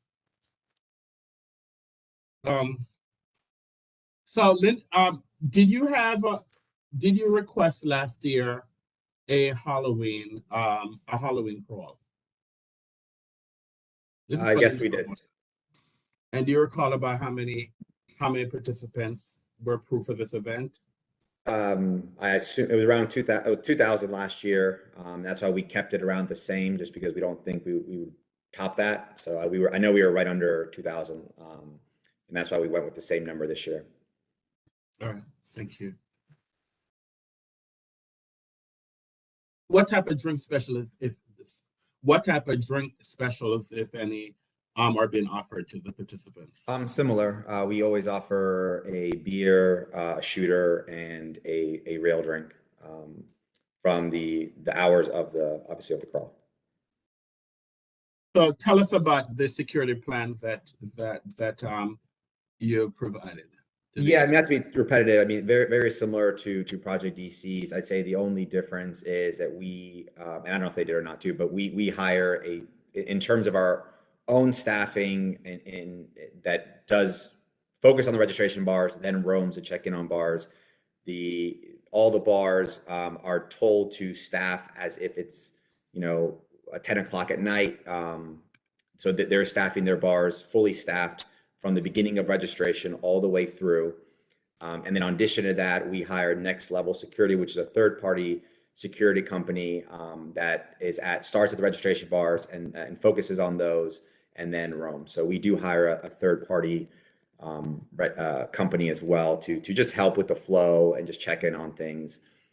We do reach out to MPD, not only with email, but we give them a call. You know, Miranda's been really great about reaching out to them ahead of the event, letting them know how many participants we have the day of. Usually numbers do increase. You know, numbers can sometimes be slow up until 2 or 3 days before, but we do let them know a couple of days, you know, before even or the day before if we have significant changes. You know, we've been doing this, you know, the bar crawl, this everything, our 24th anniversary, something like that. So, you know, we have some experience with it, but yeah, so that's, I mean, very similar. I think the only real difference is just hiring that third party security. Just so how many extra staff members, how many between security and your staff members? So how many bodies are we talking about? Around 40. All right, so this is for Richmond Promotions. And basically the same question, did you apply for a pub crawl permit last year for a Halloween event? Yes, we did. Yes. And how many participants were approved for this event? We were approved for up to 800, I believe. And how many are you requesting this year? This year, we said 1,500 to 2,000. Anticipation of possibly having more people. So if we approved 800 last year, why are you approving 1,500? And you're hearing what's been said, why you then requesting 1,500 to 2,500? Because last year we thought we went a little bit lower because of coming right out of the pandemic. We didn't think it was going to be that big. After we got closer to the day of, our sales were near maxing out. And then we ended up getting, when I got home the next day, I ended up answering about 500 emails being like, I'm sorry, I couldn't read, like, I didn't respond to you. We were hosting the event, of people who wanted to attend and could not because we were sold out online. So we have a max number and we cut off our sales. So we cannot go over what you have permitted us to do for the day. All right, thank you. So tell me about your security plan and other plan. So one thing for us is not just the security plan, but for how we run our crawl is that we have check-in from 2 p.m. to 10 p.m. So at any point of time where a bar is open for their time slot, we have a Regmo person or two representing at our door front, either helping with directions, helping with confusion, giving wristbands, just checking guests in. On top of that, we have a security person for each bar, along with the whole entire bar security staff, who knows to be fully staffed like it is midnight on a Saturday from the time that they are open. We also only do like 3 or 4 hour increments at each bar, with it getting so like say, because check-in is kind of slow around like 2 p.m. So we'll only do a 3-hour slot at the first bar, and then we incrementally open a bar and close another bar throughout the day. So not all the bars are flooded, and that we also don't have 10,000 people trying to come out to 30 different establishments. Another thing with our security plan is that we just keep somebody at the door. We also keep a security person from the venue at the door checking their IDs for the guests of ours with wristbands or not. And then they also have they're fully secured inside. And also, I just want to add one thing. As far as Mr. Lopez, hold on. I'm going to get back to you. Just hold on a minute. I'm going to get to you also, Mr. Silver Screen. I have some specific questions I want to Regmo to respond to. Then we can then I'll open it back up. Do the translation. I'm sorry. So I'm sorry, ma'am, can you identify yourself? Who are you again, ma'am? Me? Yes. Monisa Fisher. No, from Regmo Promo. We have a court reporter. So when you're speaking, I just want to make sure that, so I'll ask everyone, when you speak, just identify yourself so the court reporter can capture who's speaking. Okay. All right. Perfect. All right. So about how many extra bodies in the sense of security and staff will staff the if the pub crawl is approved by the board? Do you envision? Actually, I'm Reginald Lyson. I just wanted to speak on this. Mr. Chairman? Yeah, for go ahead. Regmo Promo. Okay, great. Sorry. I guess what we're trying to say also, we've also had to change. We have like a lot of venues that are approved to be part of the bar crawl. The thing is, we kind of sometimes we have to have less venues, which a lot of times we do end up having less venues on the actual day, depending on how many people actually come, because a lot of times a lot of these a lot of folks end up getting tickets more last minute. So we want to prepare for more, but like sometimes it's just really not as many. But we're completely willing to comply as far as if we need to have more security, even just in case it does end up being like the full amount of people that actually show up for the event. I mean, we have no problem doing that. We can double or triple with the board's recommendations, whatever y'all would like. We are willing to listen to what your needs are to make our guests as safe as possible and to make the board feel good about our safety procedures. Now, what communication, if any, have you had with any District of Columbia agencies regarding this proposed pub crawl? We've sent emails to the MPD, the DPW, FEMC, I'm sorry, FEMS, as far as to give them our plans, our litter removal, security, overview, everything, everything part of the application process that has been required is what we've done. Thank you, sir. Mr. Silverstein, you need to make a statement, sir. Yes, Mr. Chairman. I just wanted to say that I have an appointment that I have to leave for now, and I wanted to drop off, and I did not want to do that without thanking you folks for holding the hearing and apologizing for having to leave. Thank you, sir. Thank you, Mr. Silverstein. Thank you for your participation today. All right. All right. I think, Mr. Lopez, you wanted to say something. No, sorry, I never raised my hand. No, you were speaking earlier, and I told you I would get back to you, so that's why I thought I was giving you an opportunity now to speak, because I told you that I've gotten back to you once I was finished with Reginald. But all right. Mr. Chair, yes, Mr. Klein. Yes. Thank you. The one thing I wanted to add is, I mean, one difference is Mr. Lopez does have a larger number of bars lined up this year, which, you know, would accommodate a larger amount of people. It was 15 last year, it's 17 this year. So in terms of capacity, there's several hundred more in terms of capacity, and we'd certainly ask the board take that into consideration. And I also want to alert the parties that I see that as if these pub crawls are approved, the participants are aware that one bar cannot participate in more than one pub crawl.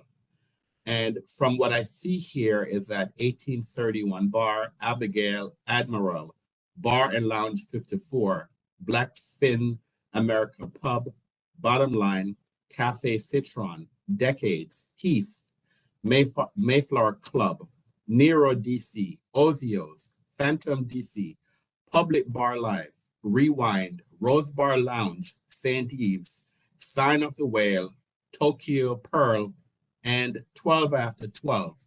I believe these establishments it appears that there are on more than one of the pub crawl requests. So the parties will need to negotiate who it is that what licensee is gonna operate for their pub crawl. And secondly, I'm getting to you, Mr. Huff. And secondly, we have a new staff member, which is for the pub crawl operators. I need the pub crawl operators for future moving forward. Anytime you need to send an email to Derek Brooks, BROOKS #1 @dc.gov, and his phone number is 202-306-0779. He is our Director of Enforcement. So you need to copy Brooks, BROOKS #1 @dc.gov on all your communications regarding pub crawls. Mr. Huff, I think you had your hand up, sir. Sure, thank you. Just as a point of information, I would encourage the board to take a look at the list of proposed establishments. Some of those establishments, and this is what happened last time as well, are no longer in operation. So what that amounts to ultimately is more people at fewer establishments. For example, Sign of the Whale caught on fire. They're not open. And there are others on the list, I believe, as well, that closed during the pandemic that are no longer in operation. So I would encourage the board to take a closer look at the list of proposed establishments. Well, thank you, Mr. Huff. They are supposed to provide us a final list of the establishments. I think these applications were done a while back. So I'm not sure, because these events are for October 29th. So they had to have applied to us a while back, and because we have a 60-day timeline, so I believe these applications came in the fall, and so therefore these are their wish lists of establishments, but they will provide us with a finalized list. If it's approved, they'll provide us with a finalized group. I'm sorry. It's Chief Derek Brooks. He's the head of our enforcement division. Now, prior to bringing, I'm going to have, if Captain Williams, do you have any comments you want to make before I bring this hearing to close? No, I don't have any more comments. Thank you. Thank you, ma'am, for being here today. I'm not sure if Captain Solgate is still here. I don't see him on my screen. All right. Do you have any final comments you want to make, sir, prior to bringing this hearing to closure? Yes, just one. I was listening and I did hear the representatives from Regmo. I do think it is admirable that you would like to increase your security staff. I'm glad to hear that there's the plan of not necessarily a free-for-all of all the bars simultaneously, but I do think that a coordinated effort needs to take place because, like Mr. Huff was saying, that there's going to be a situation where there's going to be an influx of people at certain locations. And presently, your plan that you submitted that I reviewed lists 5. You have 5 staff members. I think that needs to be amended and updated to be more accurate to reflect the actual size and scale of what you're doing, and just replicating something from last year when you're trying to at least double the size would at least call for at least amendment to it. All right, thank you, sir. Let me see. I'm gonna have everyone do closing, but I want to make sure that Mr. Puente, I know I have not called on you, sir, so I want you to listen to anything. Any concerns that you have, maybe you could talk about the experiences last year with the approval of these pub crawls, or as an investigator, any concerns, if any, you want to bring to the attention of the board, sir? Yes, sir. Yeah, I've been working the pub crawl since 2015. I'm the one that authored the report from the perfect storm. The biggest thing that we see every year, probably around 6 o'clock, is when we see the heaviest foot traffic in the Golden Triangle area. Last year, there were a lot of people in the street walking and just loitering. I had to call Commander Bedline of 2D, and he got officers down there. We tried contacting DDOT, but DDOT wasn't coming on until almost 9 p.m., so they couldn't start traffic control measures till that time. So that was the biggest thing, just if security from the pub crawls can kind of keep people out of the street so no one gets hit, that was the biggest issue that we had last year. All right, thank you, Mr. Puente. Mr. Huff, any final comments you want to make before I'm going to come to the board? I'm going to come to the operators last, so you're going to have the last word. So, Mr. Huff, any comments, any final comments you want to make? No further comments. Thank you. All right, thank you. Thank you, Captain Soltag, for being here today, sir. Thank you very much. Miss, all right, Regmo, any comments, final comments you want to make? Just a couple. Well, first of all, I wanted to ask the board, is there a number that y'all do feel comfortable with 3 events going on at the same time? Is there a way that we can maybe all adjust our numbers so that the board is happy and Abra's happy? Is my first question. And then also, I just want to add, because we didn't ever spoke about our drink specials, and our demographic is a lot different than the DuPont demographic. Our drink specials, yes, we still have a beer, but our beers all start at $5, not at $3.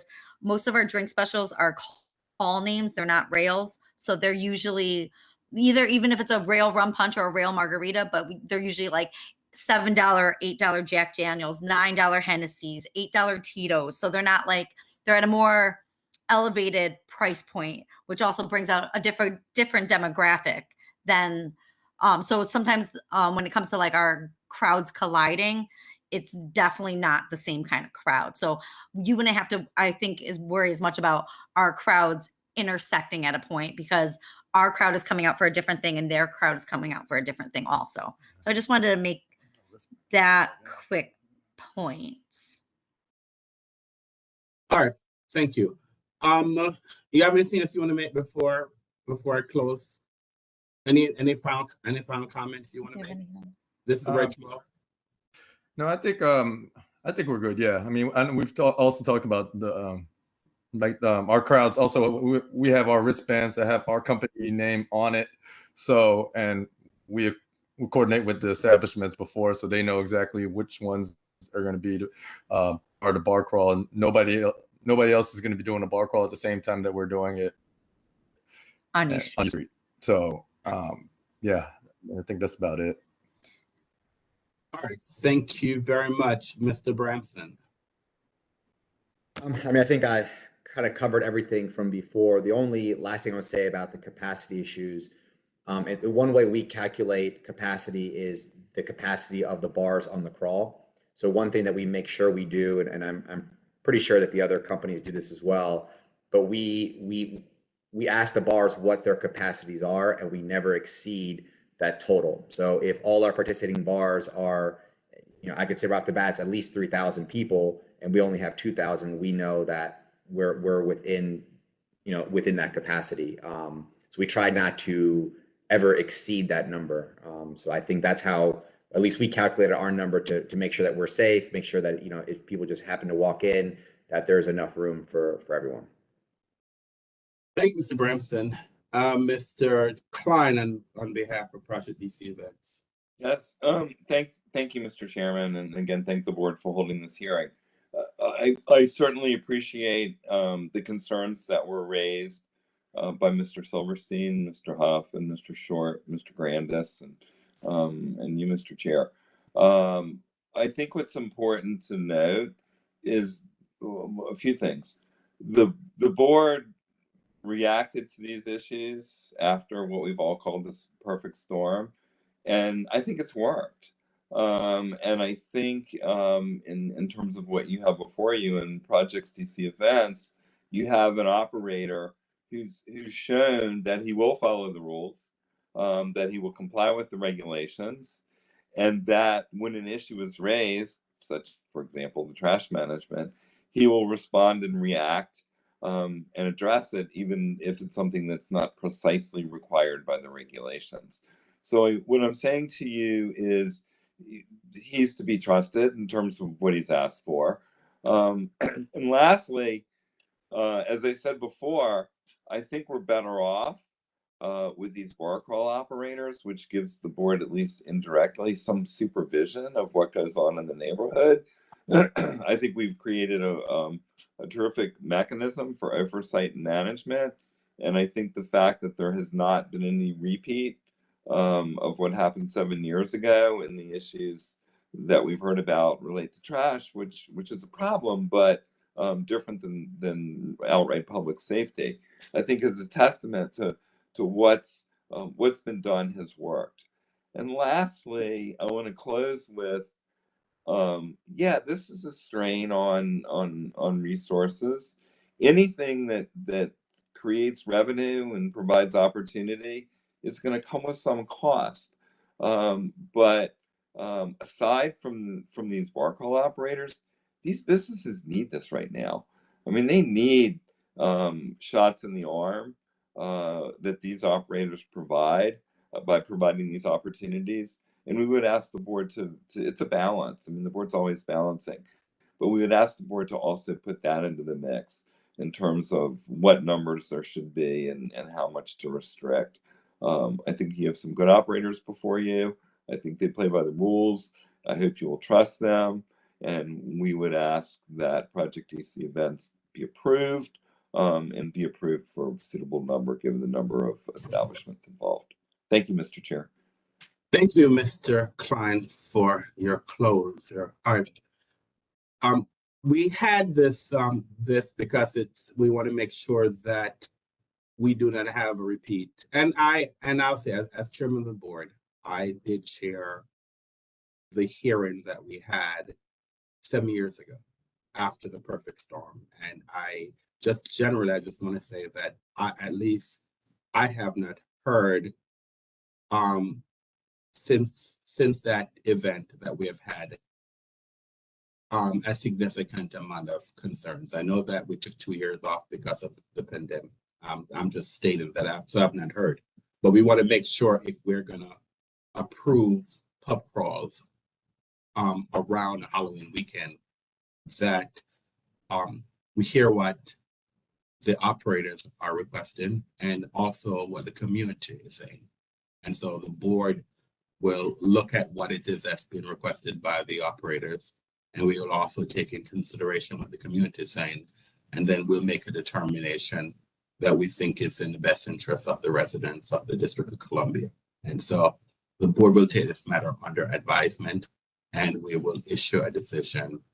I know that Mr. I guess for Project DC events, I know that you had also, we didn't more so talk about December, but I guess you're the only one requesting a pub crawl around December, the Santa crawl. So we will make a decision at that time. I think that's a little bit different because since there's no other event, I think at least currently no other operator has requested that same date.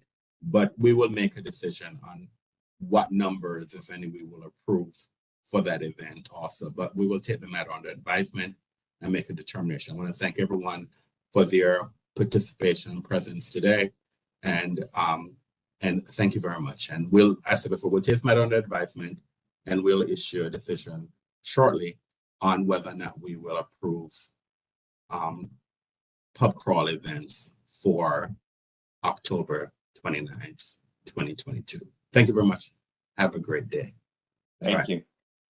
Thank you very much. All right, thank you.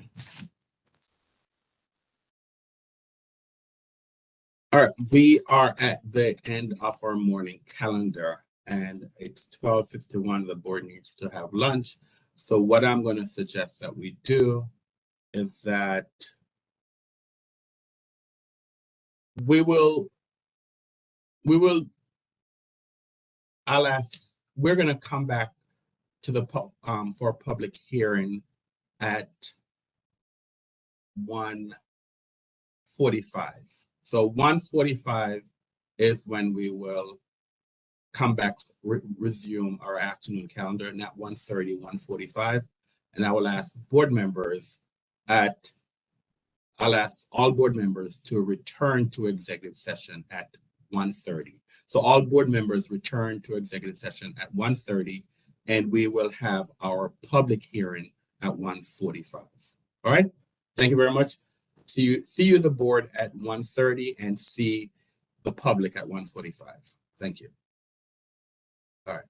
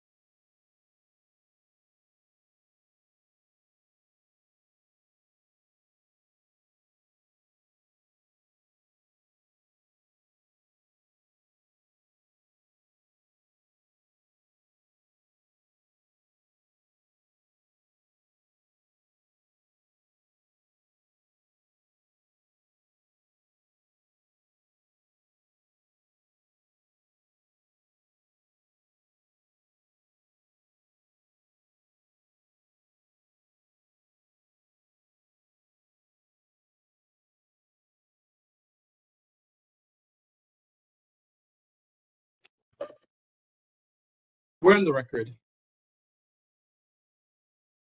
Good afternoon, everyone, and welcome to the afternoon session of the ABC Board. My name is Donovan Anderson. I'm chairman of the board. Join us this afternoon are 5 other board members, Mr. James Short, who should be here shortly, Mr. James Short, Mr. Bobby Cato, Ms. Rafi Crockett, Miss Jenny Henson, and Mr. Edward Grandis. The board has 6 members in attendance for the conduct of business, and that constitutes a quorum.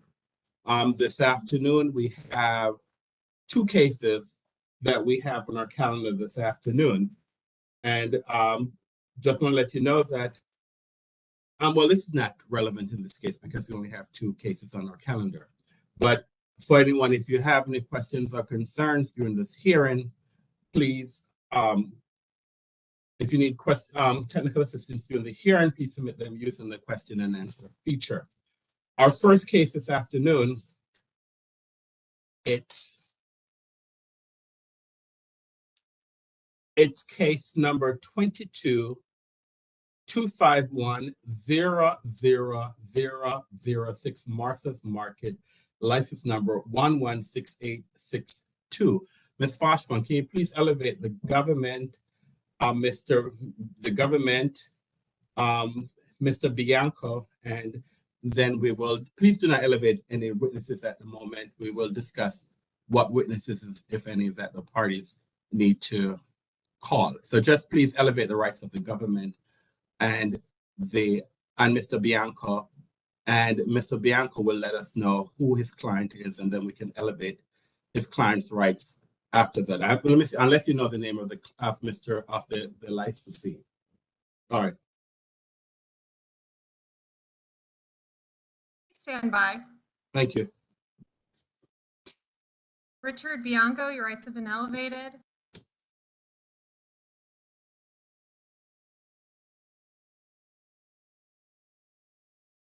Walter Adams, your rights have been elevated.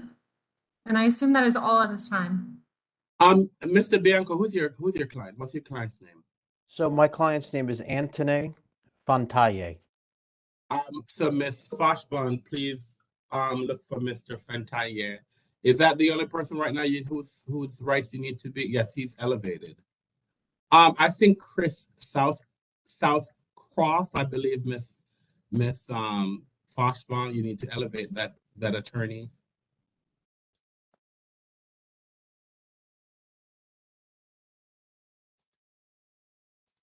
Yeah, Chris Southcroft, who is an assistant attorney general. Southcott, thank you, Your Honor, or Chairman.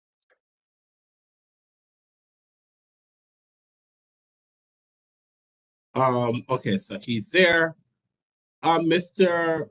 Adams, are there any witnesses that we need to elevate their rights?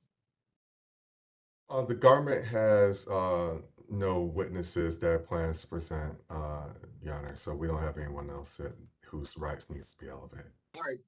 All right.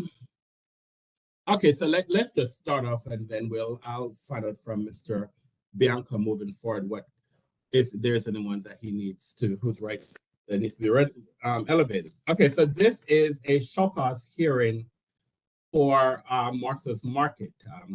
This was a matter the board had issued we had a hearing earlier, summer suspension hearing, and I believe that the establishment remains closed until we have the show cause hearing. And so are there any preliminary matters in this case? Yes, Mr. Chairman, a couple of preliminary matters. The first thing, yes, thank you very much, Mr. Chairman. The first matter that I'm sorry, I apologize. Can I have the parties introduce themselves for the record? Let's start off with the government, then yes. Thank you, Mr. Chairman, members of the board. I'm Walter Adams, and I represent the district. And who else is with you, Mr. Adams? And with me, Mr. Chairman, is Christopher Southcott, who is the co-counsel of this matter. Mr. Southcott, can you please spell and state your name for the record, please? My name is Chris Southcott. First name Chris, last name Southcott, Southcott. Thank you, sir. Mr. Bianco, can you please identify yourself for the record, please? Yes, Mr. Chair. My name is Richard Bianco. Last name is spelled Bianco. I am counsel for the respondent licensee. And with me, I have Anthony Fontaye. He is the principal of the entity that holds the license. Mr. Fantaye, do you have a camera? So if you do, can you please turn your camera on and please spell and state your name for the record, please?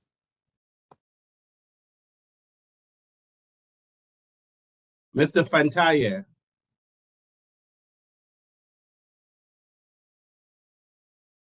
Is your client there, Mr. Fantaye? Mr. Fantaye, pull your camera down so I can see your face, sir. Can you please spell and state your name for the record? And are you in a moving vehicle? Are you driving, sir? I can't hear you, sir. I cannot hear you, sir. Can you hear me now? Yes, sir, I can hear you. Are you driving, sir? No, sir, I did not drive. I've just seated in the car. All right, fine. Can you spell and state your name for the record and your relationship to this case? Sure. My first name is Antena, Anteneh, and the last name is Fantaye, Fantaye, and I'm the owner of the business. Okay, good afternoon, sir. All right.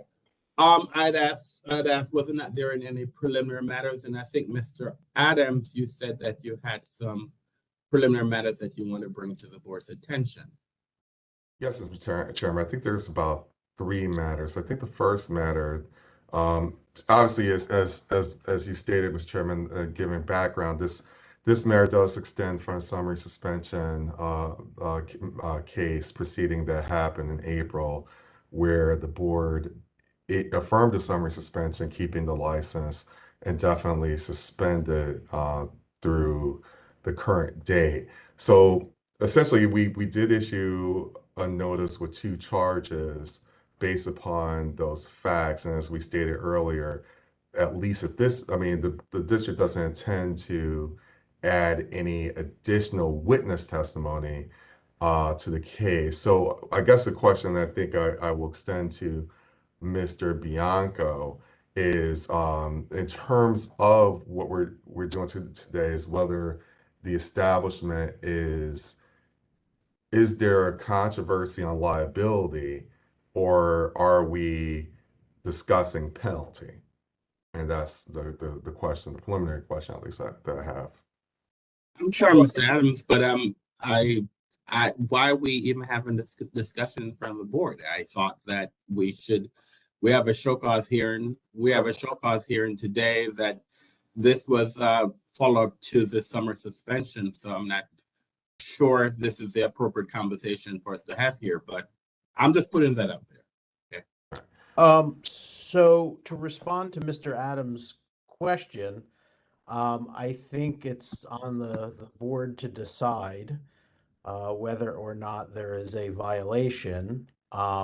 We don't intend to present any new evidence that's not already in the administrative record on the liability issue.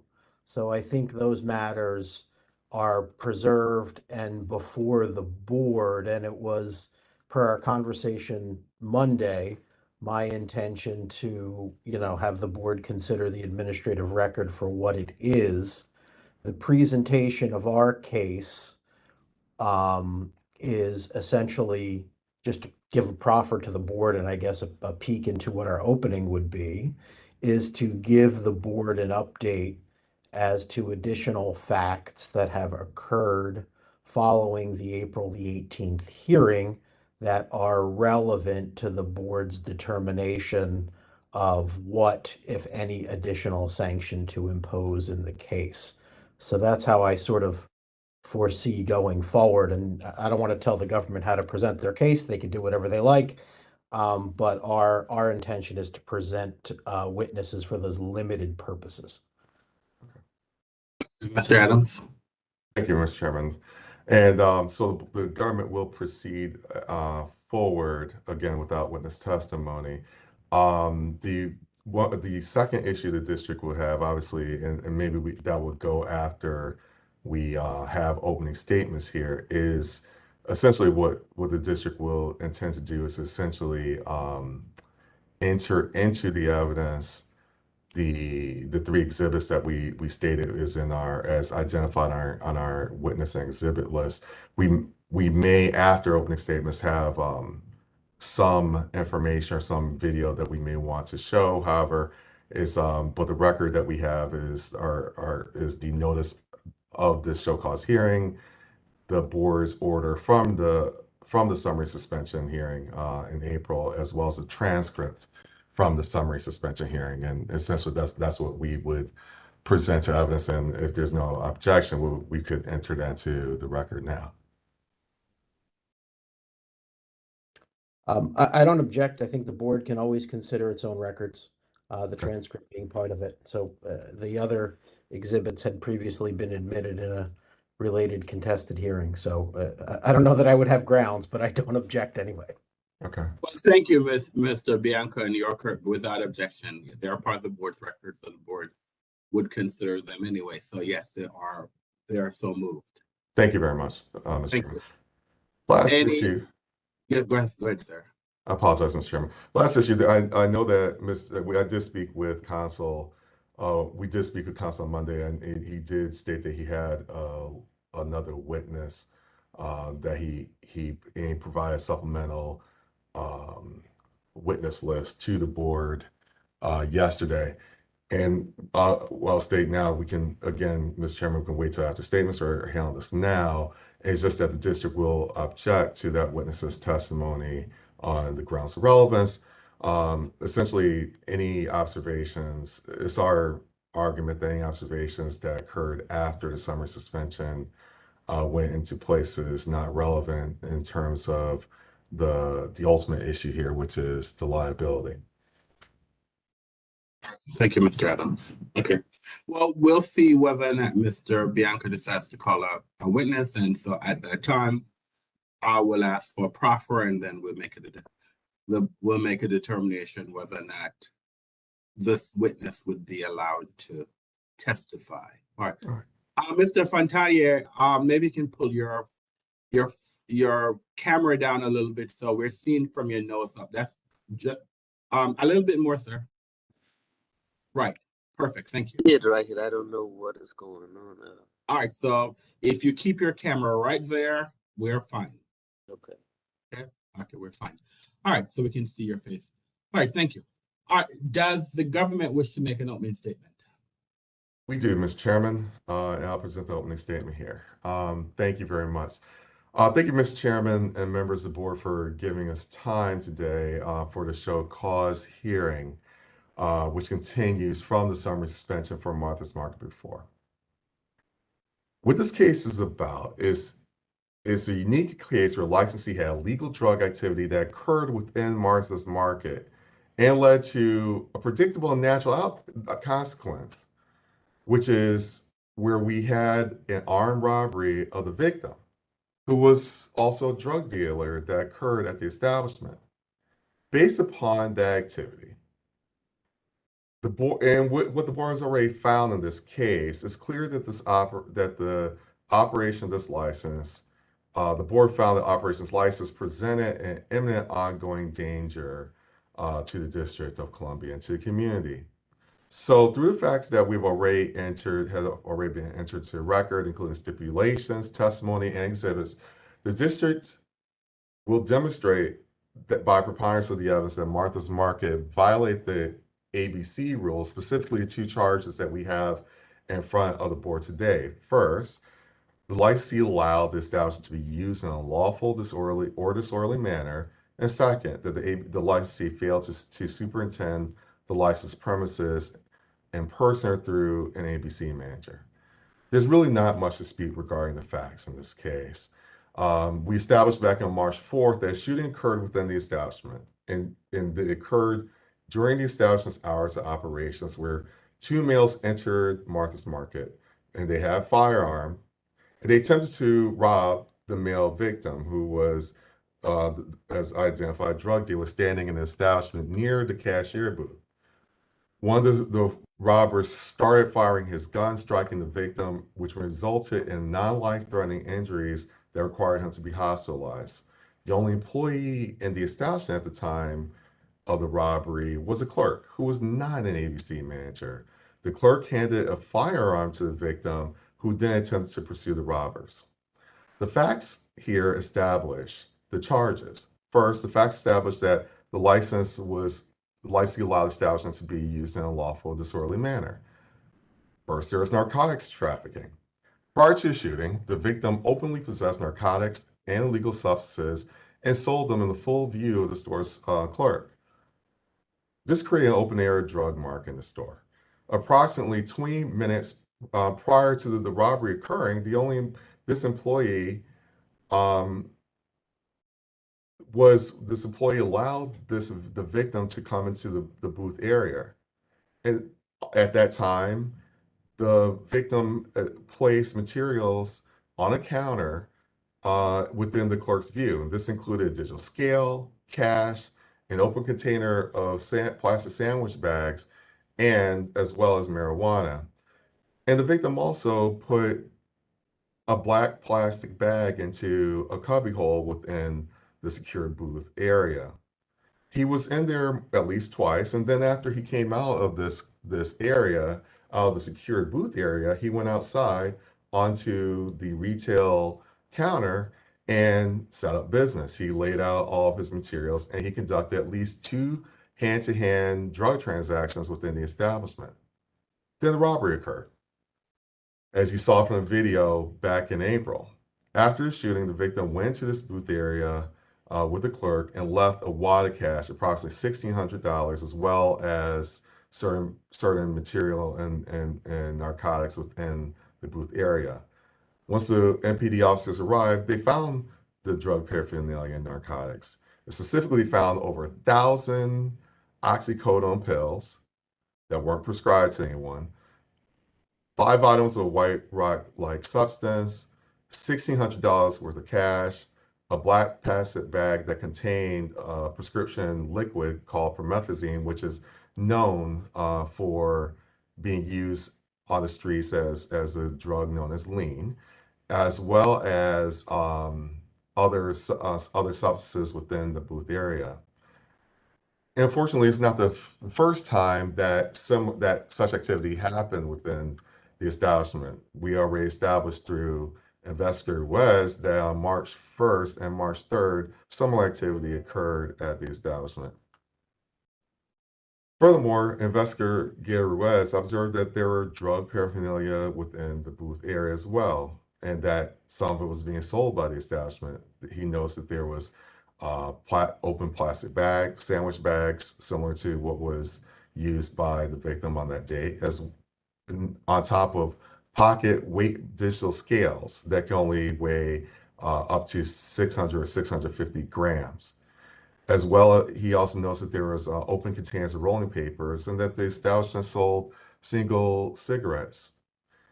As we know, it's very clear, we will establish that it's illegal to sell marijuana and narcotics from any licensed establishments or for any individuals to sell such items, and it's also illegal to sell cigarettes. Furthermore, store is not licensed to sell prescriptions or medicines or marijuana. It's certainly illegal for the type of activities that occur to have occurred.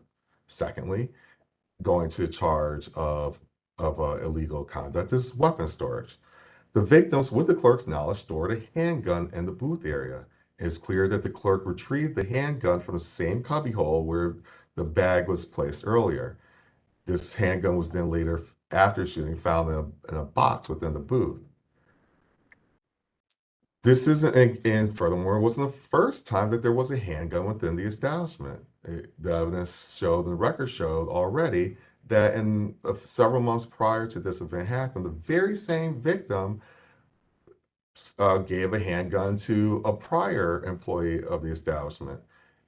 Although the owner did see that evidence that occurred through video footage, he didn't fire that person for that or stop it. He only managed that clerk, and the clerk left for unknown reasons.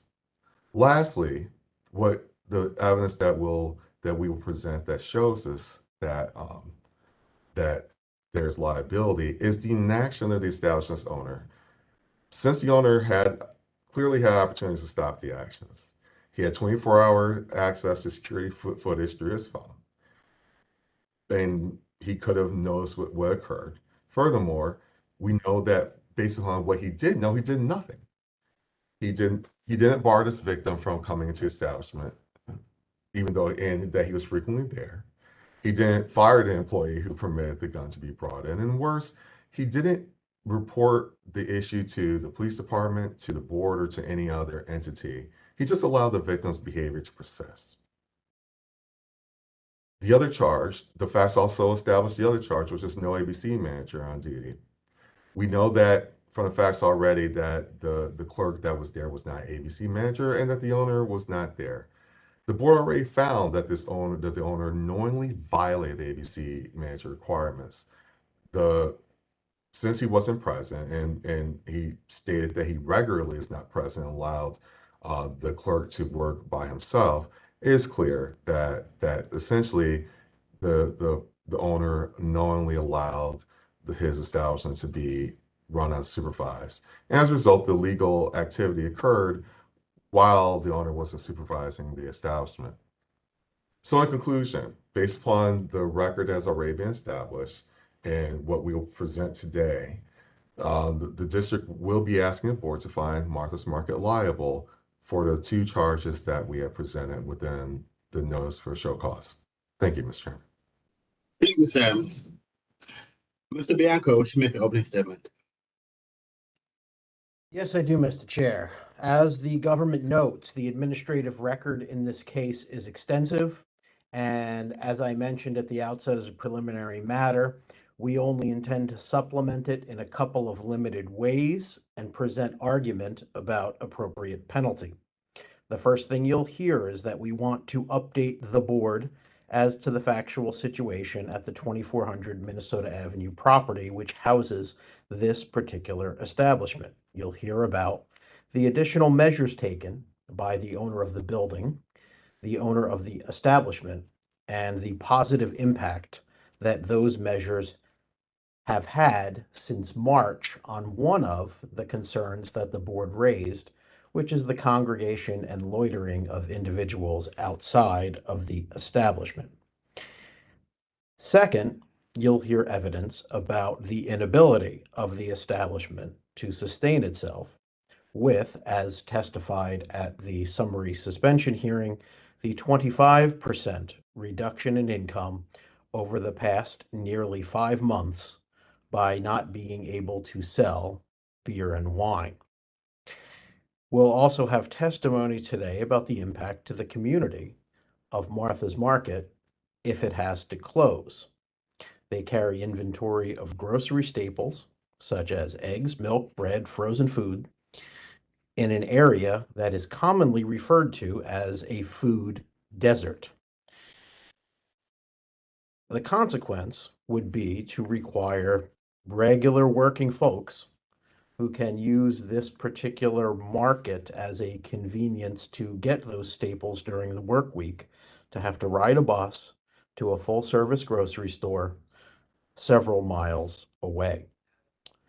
As to penalty, we will, at the conclusion of our limited presentation of evidence, present information that this license has been suspended at this point for 138 days, 4.5 months, which is already a very severe penalty. The board has at its disposal the entire spectrum of sanctions. The institutional failure in this case was serious. We can't deny that. We can't hide from it, and frankly haven't. At the summary suspension hearing, we did present in agreement with the government fairly comprehensive stipulations of fact, many of which Mr. Adams read through and were noted in the board's decision in the summary suspension matter. However, the punishment to date has been serious, and we hope at the end of the day you choose to exercise your discretion in a manner consistent with other cases involving violence at licensed establishments and allow this establishment to reopen. As you hear the evidence today, I would like the board to bear in mind that at the summary suspension hearing, the board was not merely considering whether or not to allow the summary suspension to remain in place, but also had at its disposal and at its discretion the ability summarily revoke the license. The board, after deliberation and consideration of the evidence, opted not to do that. And we ask, as you did then, to similarly exercise your discretion in this matter and allow this particular establishment to resume its sales and continue serving this community for hopefully years to come. Thank you. All right, thank you, Mr. Bianco. The government, Mr. Adams, how does the government wish to move forward? Mr. Chairman, I'll defer to Mr. Southcott. Mr. Saka, how does the government wish to move forward, sir? At this time, the government has video footage that it could play for the board, mostly to refresh the board's memory of the events that led to the summary suspension. Mr. Chair. Yes, Mr. Bianco. I'm not necessarily going to object, but for the purposes of my understanding, is this the video that was also shown at the summary suspension hearing? That is correct. This is video that is already in the record. Okay, no objection. Ms. Foshbon, can you give Mr. Salkow the ability to share his screen, please?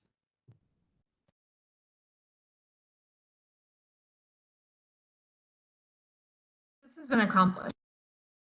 Go ahead, sir.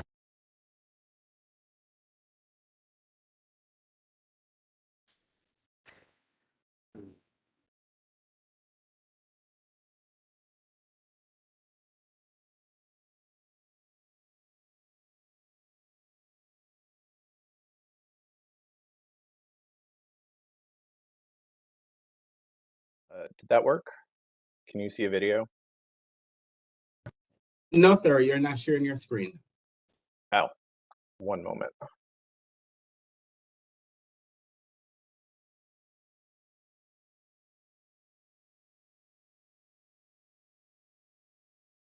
Yes, now you're sharing your screen. Can you see this video? Yes, sir. Go ahead. So I'm going to play about the first minute of this video, and then going to skip ahead about a minute, and then play about another minute and a half. These are from March 4th, 2022. You can see the date at the top left-hand corner.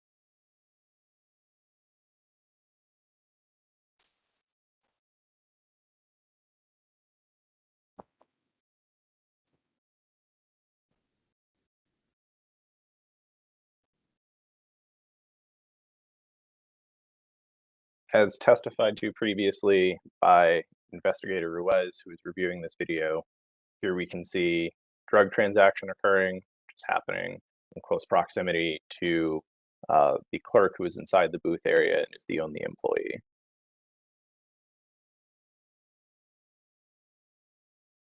Now I'm going to move forward by about a minute.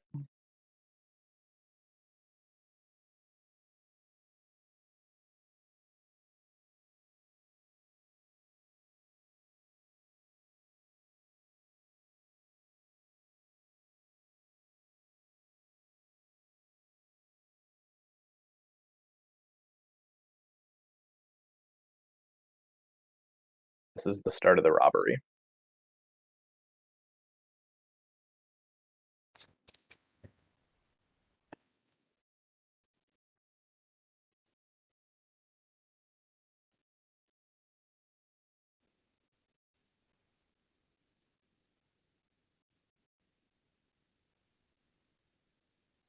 In the background, you can see the clerk reaching into a bag, pulling out a gun, which had previously been placed there by the drug dealer.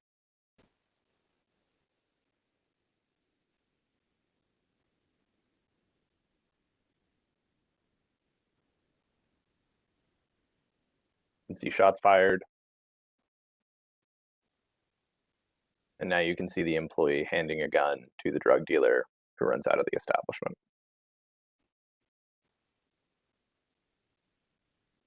That's all that we intend to show at this time. Okay.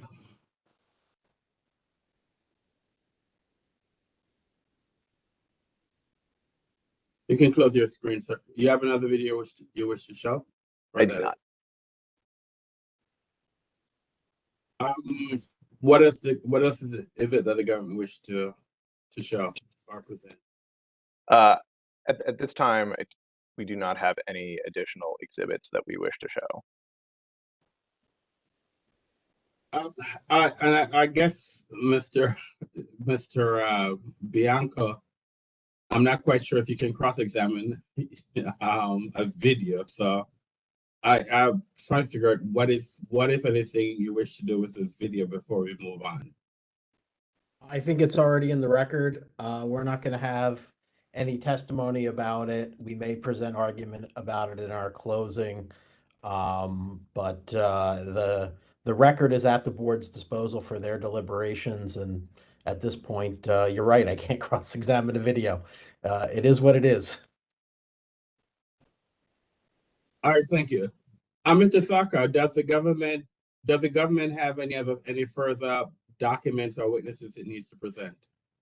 Apart from noting that our list of exhibits, including the transcript, the notice, and the findings by the board in their summary suspension hearing, the government does not have any additional materials that it needs to or wants to present at this time. Does the government rest? Yes, the government rests. Mr. Bianco, how do you wish to present your response, sir? We intend to call two witnesses. The first is the owner of the establishment. I don't expect there to be any controversy about that. And the second is our supplemental witness, which I think we can address the objection at the time we call her. Sure. Mr. Fantaye. Yes, Mr. Jones. Fantaye. Yeah. You're in a bad area and I cannot see you, sir. I can hardly hear you and I cannot see you now.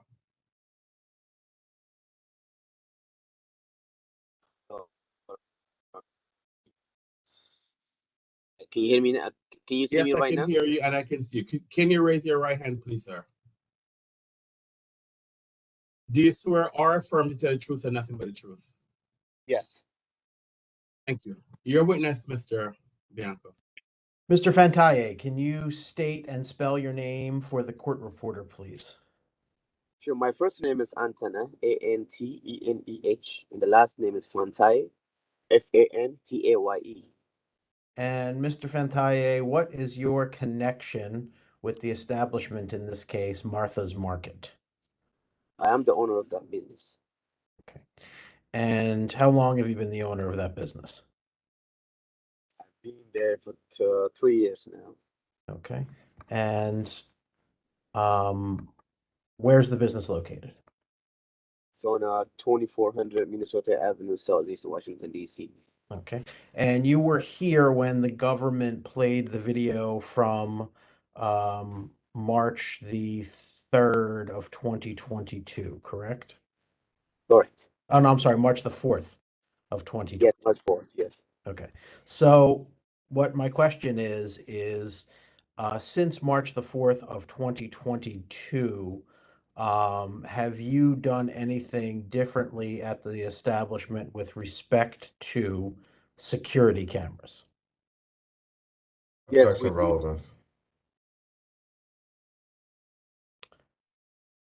Mr. Chair, one of the issues that is before the board today is the appropriate penalty to impose on this establishment. And relevant to that is the establishment's subsequent remedial measures to give the board a level of comfort that the establishment can safely open. It also goes to their intent with respect to this particular incident. I'm gonna overrule the objection. I think as council has stated, the decision is the penalty. And so I don't know what the government is asking for as penalty.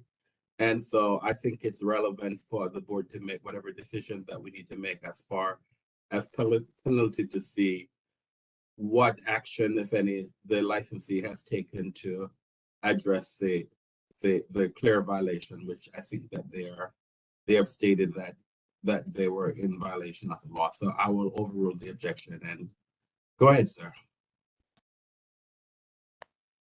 Would you like me to restate the question, Mr. Fantaye? Sure, please. Okay, so since this incident occurred on March the 4th of 2022, have you taken any measures with respect to the cameras at the store? Well, but we have a new, two cameras at the front.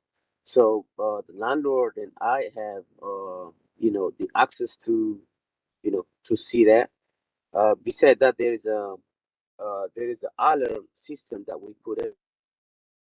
Also, we have that access too. So when some people stand right out there, so we can just press the button.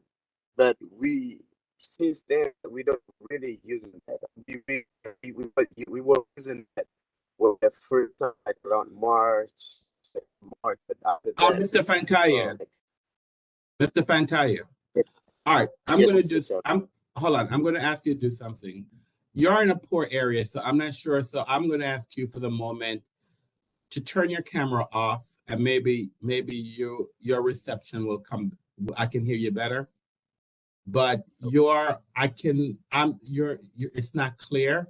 So maybe if your camera is off for the moment, maybe the volume will be better. Okay, let me just Go ahead, sir. Okay, Mr. Fantaye. So you said a lot there, and I want to ask you some more specific details about the testimony you just gave. I understand that the first thing you said is that you added a security camera at the front. Did I understand that correctly? correct. Okay, and can you describe for the board where that camera points? Okay, so the camera points at the front, so the right and the left side, which is both sides. So you can be able to see pretty much everything out there. Okay, so when you say out there, is the camera inside of the establishment or outside? Outside. Okay, and what was the purpose of installing that outside camera? Well, we were just try to add some equipments, so that way the landlord can have access to it. And at the same time,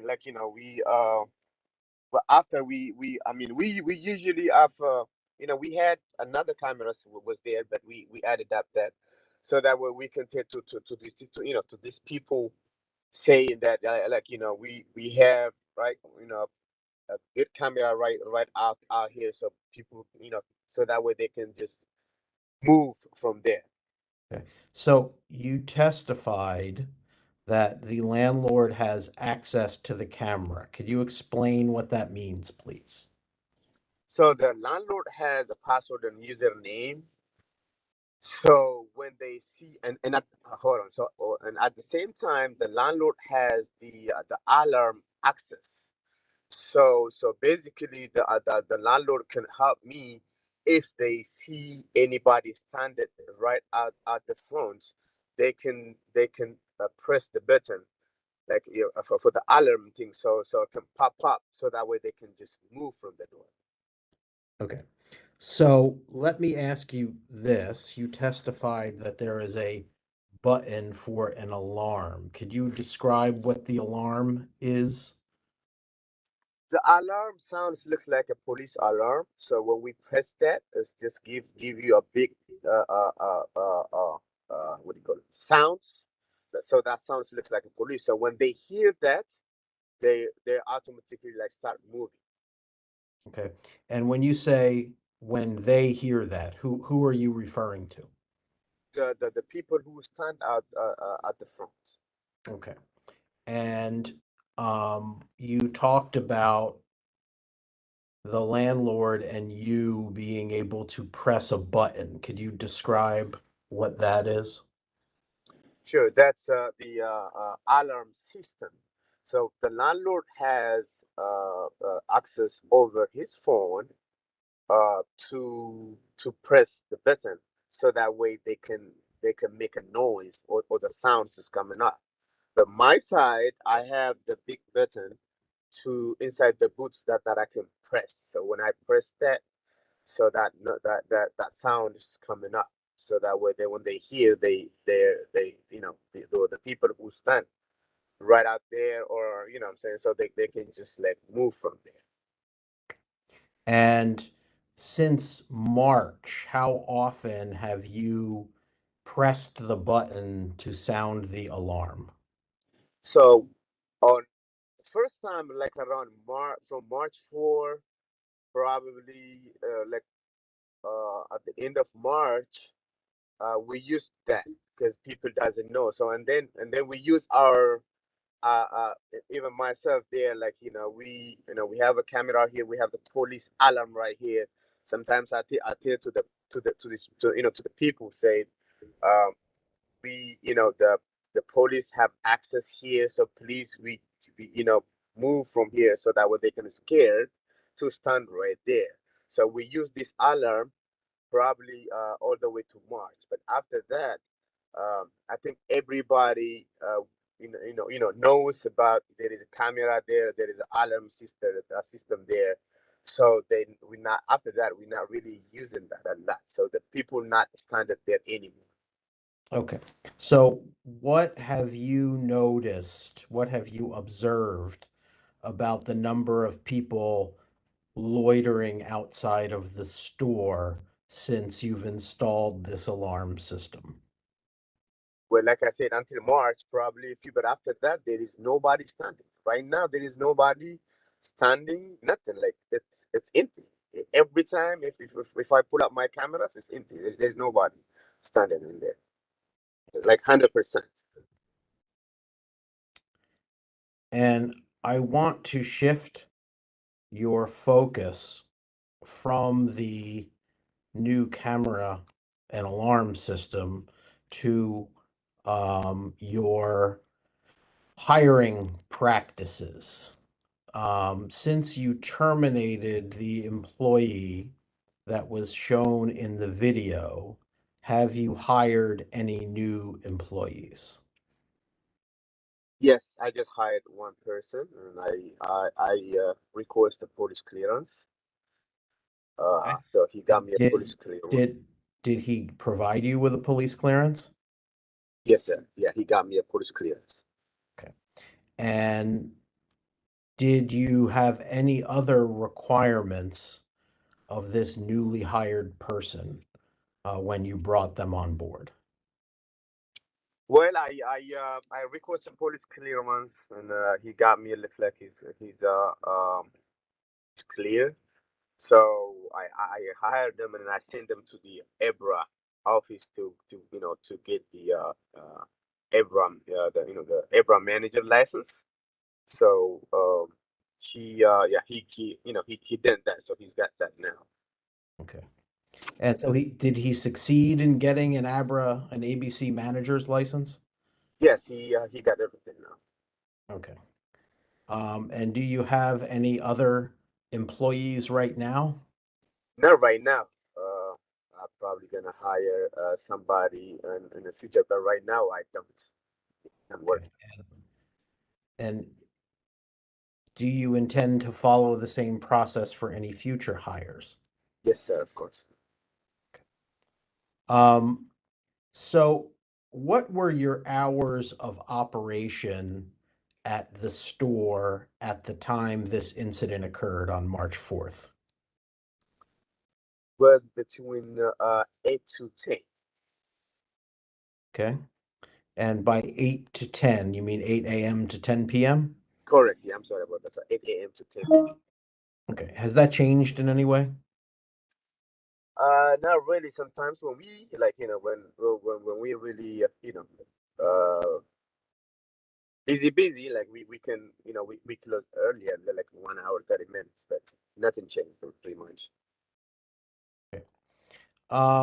So I think we all understand that you had a beer and wine license and you were selling those items, but other than beer and wine, what inventory of items does Martha's Market carry? Well, I have pretty much all the beverage and food, meaning like noodles, cakes, like ice creams, a lunchable like food, like meats, frozen foods, a lunchables and stuff, egg and milk, bread. I pretty much have everything.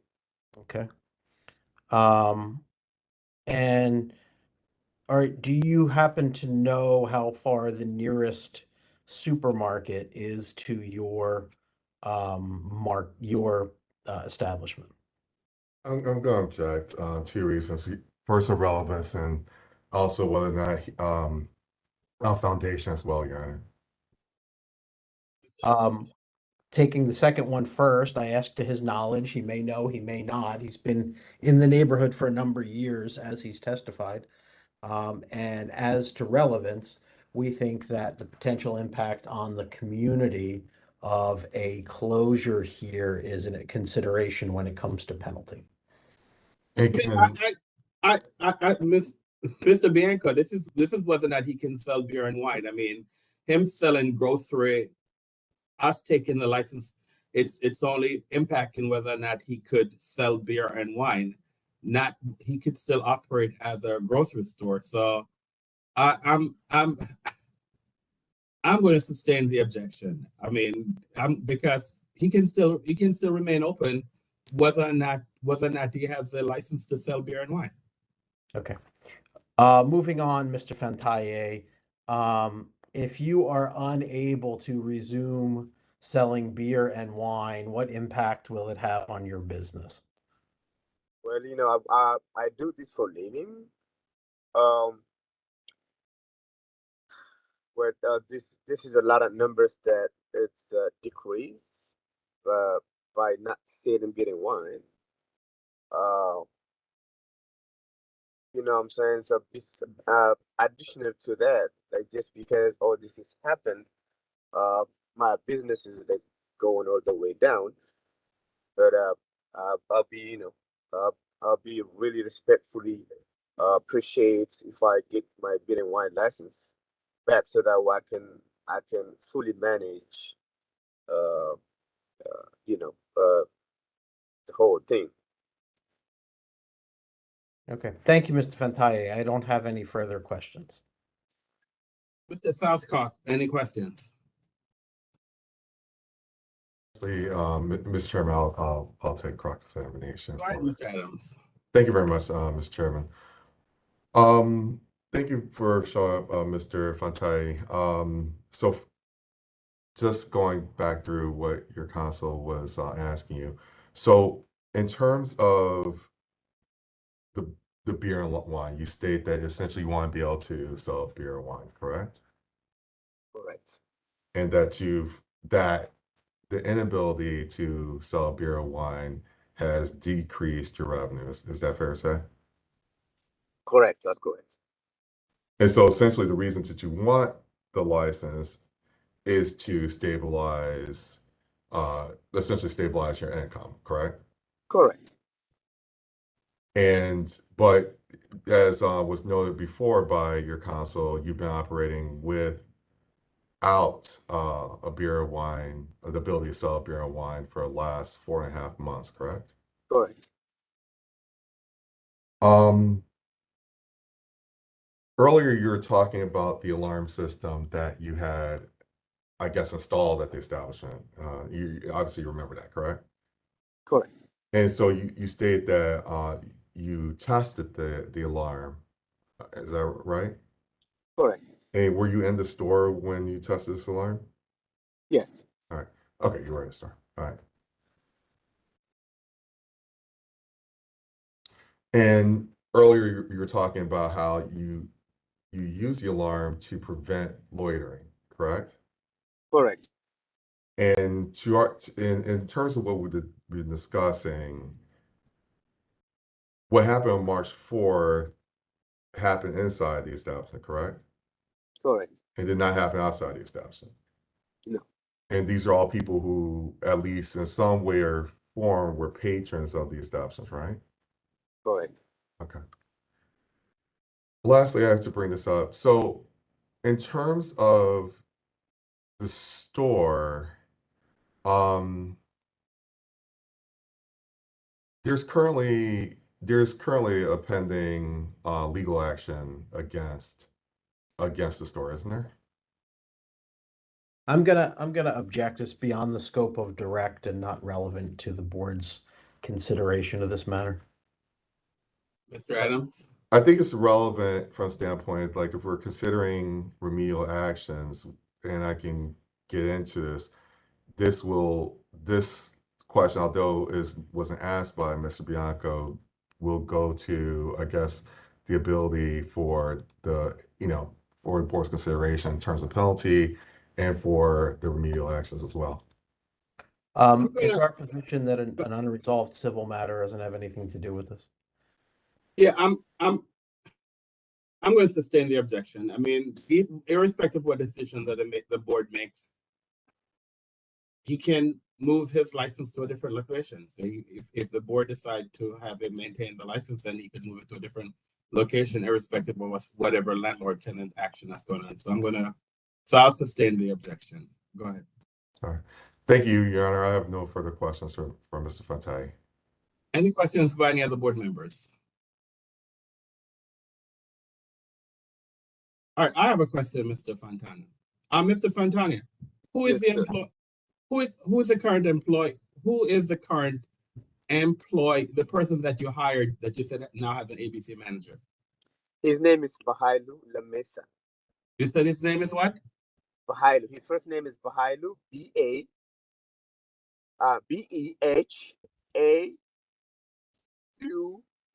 Bahailu, and the last name is Lamesa, Lemmessa.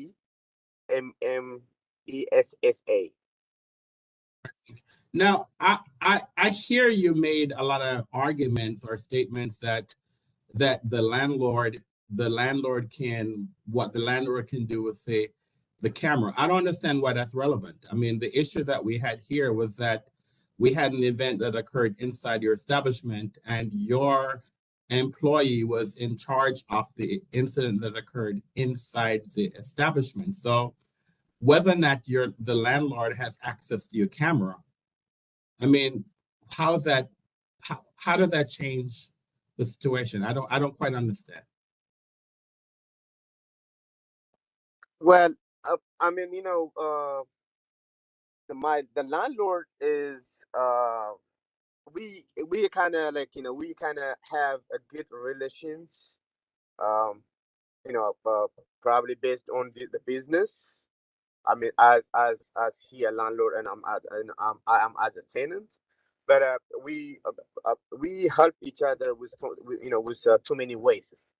So every time when I add some stuff to the store and I let him know, and we help. So I think so he just helped me to avoid the problem. So that's the reason why he just involved me with this cameras. All right. The next question I'm asking you, sir, is that the incident was clearly picked up on camera. We just saw a video that showed us exactly what happened in your establishment. So what difference is it that you are provided? What difference are you showing us? What steps have you put in place to ensure that what we just saw on your camera inside the establishment, that will not repeat itself? Okay, so I think the difference between this story is I completely change the employees status and everything. So that's my key. So the employees that I have now is not he's not involved with anything. That's my point, my main key. But the second thing is, so, and I'm trying to add any additional thing for me to uh avoid the problem. So this is my first problem that I have in my life. So I'm learning. So I don't know what to do. So whatever I need, whatever people asking me to add it, that's not try to avoid the problem. So that's what I'm doing. But the employee that I have now, that's the difference. So I'm not having the employees that who can involved with this kind of situations. If you understand what I'm saying. All right. You stated that your hours of operation are from 8 a.m. to 10 p.m. Is that correct? Correct. And how many employees do you currently have? Right now, I have one employee. And so what's that employee's hours of? When does that employee work? He work 40 hours and sometimes. So what time does he come to work in the morning? In the morning, 8 o'clock, 8 to 4, Monday to Friday. So who's in the shop from 4 to 10? Me, myself. So you're there every day from 4 to 10? I am.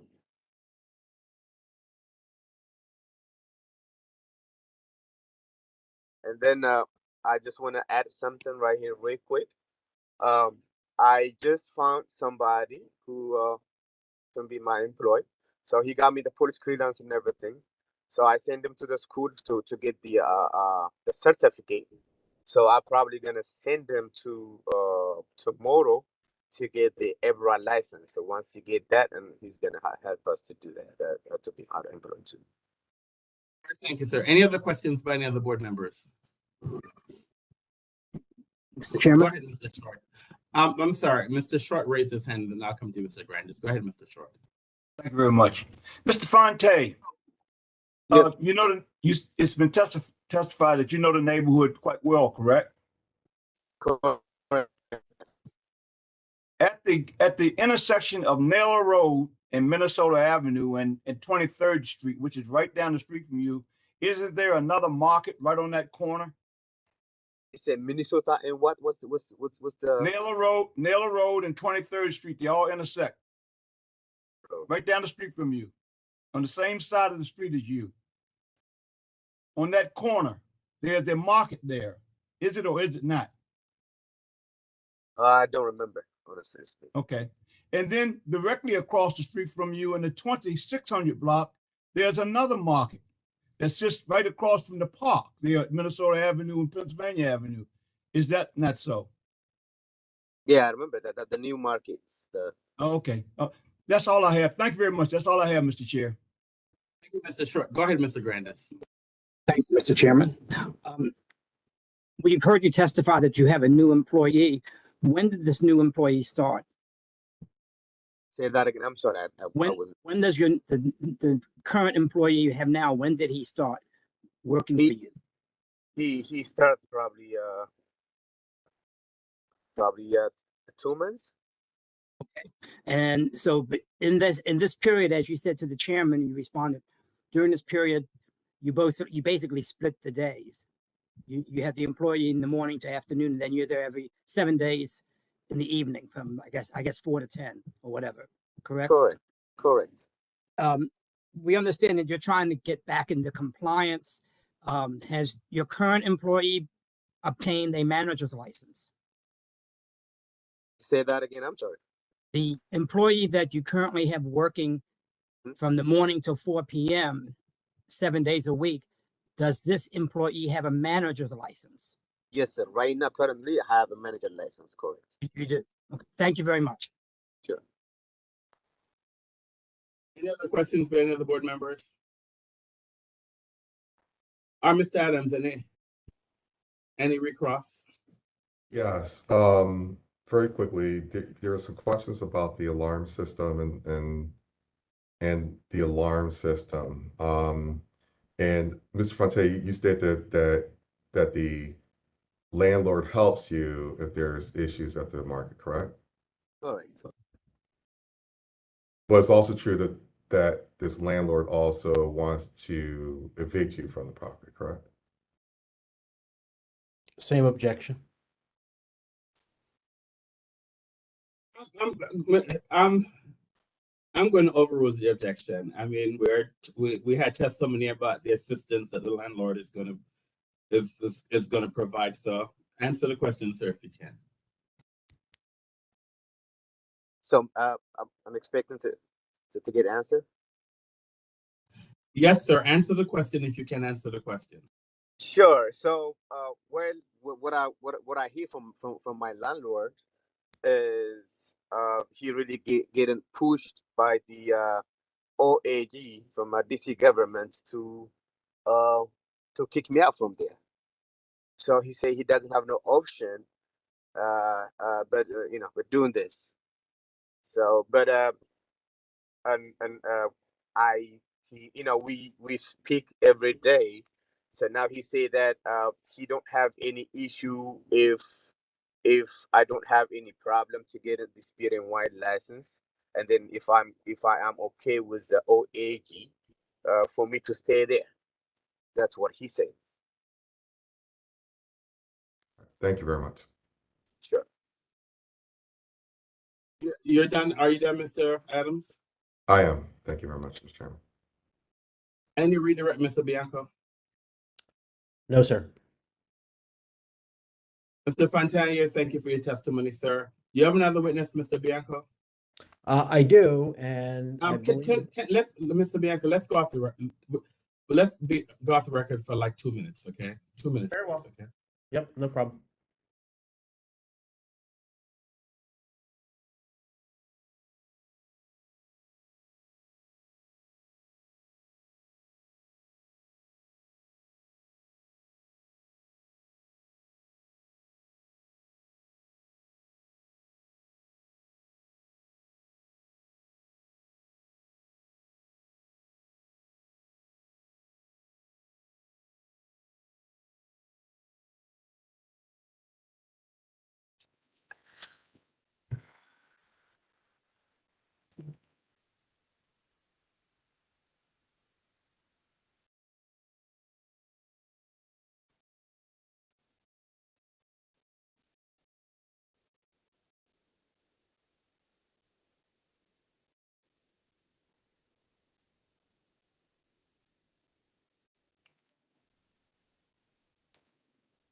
All right, go ahead, Mr. We're back on the record. Go ahead, Mr. Bianco. Okay, so our second witness is the one that I think we will have some argument over on the objection is Marquita Martin, which is the substitute witness we identified in our supplemental witness list. And why is it that this witness was not disclosed? I guess I'm all right. Tell me what's going on, sir. Sure. So, and I think the fact that we've actually had some testimony on this would be helpful here. So initially, we filed a witness list on July the 6th, and that witness list included the owners of the building, Martha and Tamaru Zemenfez. Thereafter, the landlord-tenant action that we've had some testimony about was filed. And I am not involved in that case in any way. And as the board may recall, I've previously represented Mr. and Mrs. Zemenfez about another establishment before the board. So I'm completely out of that matter. I don't have any contact or communication. Everybody's separately represented. And then as we began to prepare for this hearing, on the advice of counsel, based on the pending action, Mr. and Mrs. Zemenfez are no longer available as witnesses to us.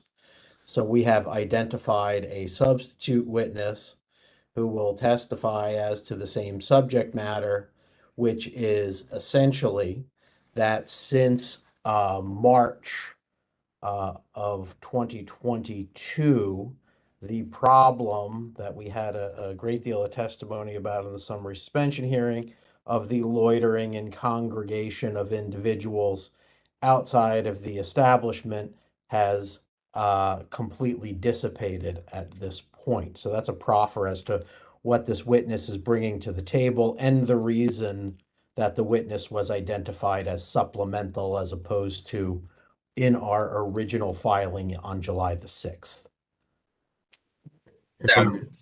Yes, thank you very much, Mr. Chairman. If I may be heard. The issue for district is in terms of timing and is not, we don't object to the supplemental nature. We don't object to timing. We do object to, when we say irrelevant, it's more than irrelevant, it's completely atopical. What was stated in the summary suspension notice and in the order and the current show cause charge never mentions loitering, actually, although I mean, yes, is there loitering we believe the district believes there's loitering at the establishment, but it was never mentioned in any charges. The only thing that was mentioned in charges was drug transactions happened inside the establishment, as well as one particular individual being allowed to work with clerks to store a firearm within the establishment. So if the issue that the witness is going to testify to is loitering, loitering isn't the issue that was mentioned in summary suspension notice. It was lack of supervision. It was lack of supervision for the establishment, and it was a safety violation caused by the drug sales and firearm being present.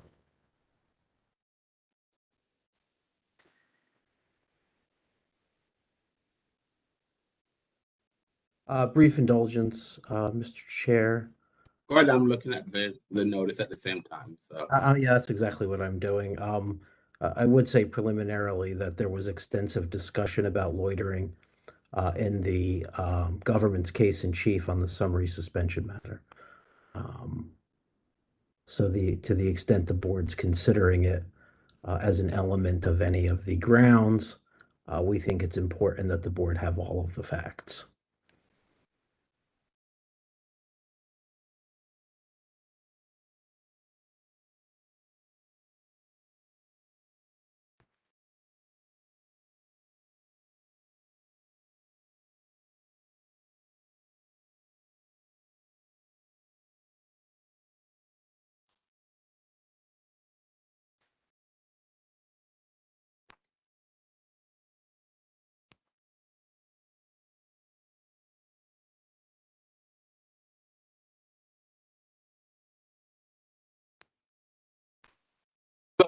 this is loitering outside the establishment or inside the establishment?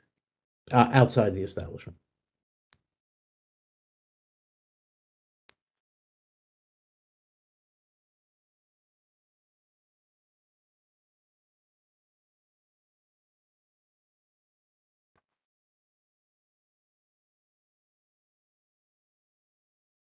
At this time, I'm going to make a motion to the board that the board overrule the objection of the government and take evidence. I think in our deliberation, the board will revisit this issue to make a determination whether or not we believe this is relevant. I prefer, and I'm more cautious in the sense that to allow the testimony in, and so to preserve the record. And if this matter is appealed, at least we will, the record is, we'll have a full record, but the board will revisit this issue during our deliberations whether or not we believe that this testimony is relevant. So I'll make a motion then to the board to overrule the government's motion and allow the witness to testify. Is there a second? Ms. Crockett seconds.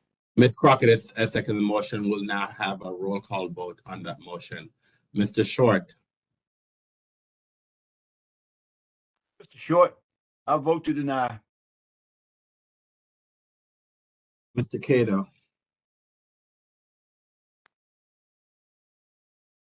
Mr. Cato. Cato, I agree. Ms. Crockett. Rafi Crockett, I agree. Ms. Henson. Patty Hansen, I agree. Mr. Brandis. I vote to deny. And Mr. Anderson, I agree. So the matter passed 3-2. So we will, you can call the witness, Mr. Bianco. What's the name of the witness? So I'll have for the witness to be elevated. Marquita Martin. Marquita Martin, is that person, where's that person? Is that person dialing in? Do they have? According to her, she is on and waiting to be elevated. Ms. Fox, okay, there's Marquita Martin. Miss Martin. Hi. Do you have a video, ma'am? Yes, hold on 1 second.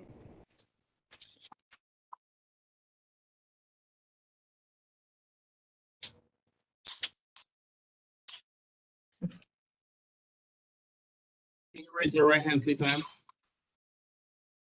Mm-hmm. Do you swear or affirm to tell the truth and nothing but the truth? Miss Martin, Yes.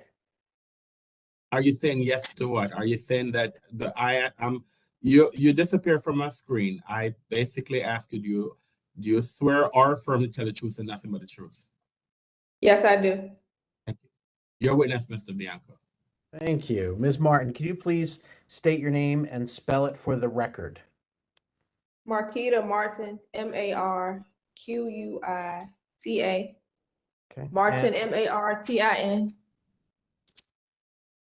thank you, Ms. Martin. And are you familiar with Martha's Market at 2400 Minnesota Avenue Southeast?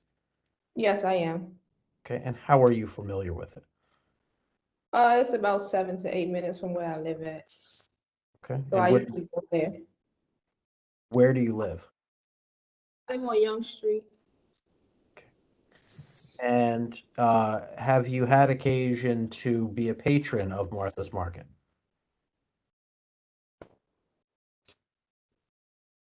Hello? Ms. Martin, are you able to hear me? Hold on, I think my audio is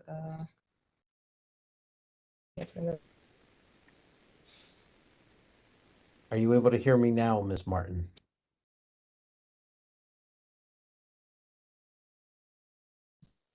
She has disappeared from our screen.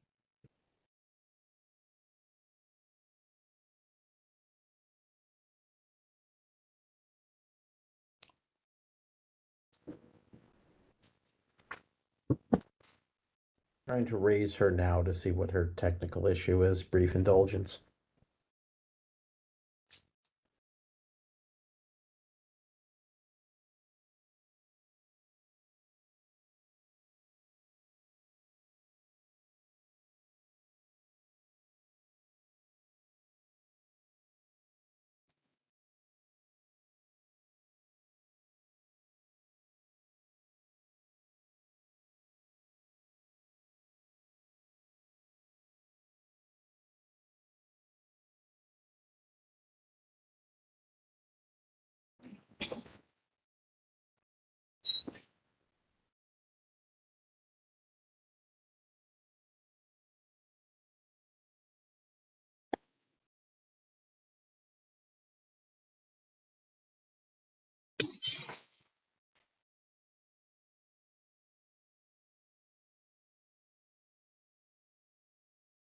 Are you able to reach the witness, Mr.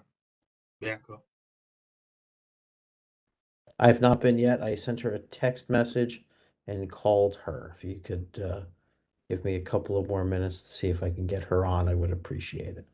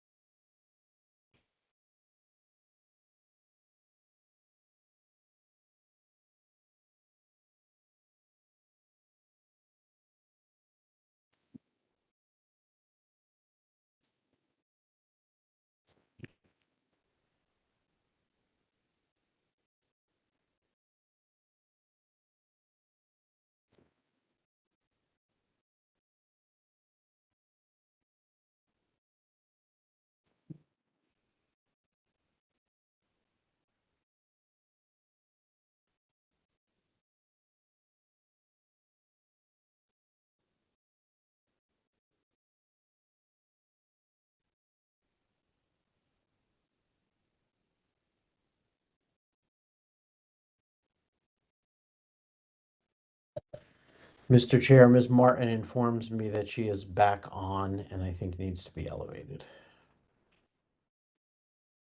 Prosper, can you please elevate Miss Martin, please? All right, Miss Martin. I'm not sure if she's unmuted. Miss Martin, you can unmute yourself if you have not been muted by Miss Martin. I'm sorry, my phone had dropped. I'm All right. sorry about that.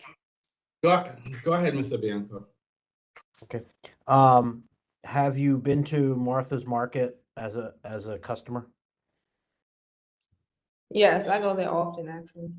How often do you go there? Probably every other day. And how long have you been going there? I moved here about 3 years ago. Well, like 2019, about 3 years ago. And have you been going with that frequency for the last 3 years or has it changed? No, it's been the same amount of time, 3 years. And in your nearly daily observation, has the number of people outside of the establishment changed? In the 3 years I've been going there? Correct. Yeah. Okay, let's focus on the last 4.5 months. Can you describe for the board how the number of people outside of the establishment has changed? Well, there's actually no one outside of there. Now, I heard an incident happened or something like that, but there hasn't been anyone out there hanging around or anything like that in the past 3-4 months. And how about before then? Can you describe what you observed? Before that, it was quite a few people, you know, Okay, and used to hang out there. when you say quite a few, how many would you typically see? It ranges. Like, I think I would say usually at least 4 or more. Great. Thank you very much, Ms. Martin. I don't have any more questions for you. The board may have some, and Mr. Adams may have some for you as well. Okay. Mr. Adams, any questions?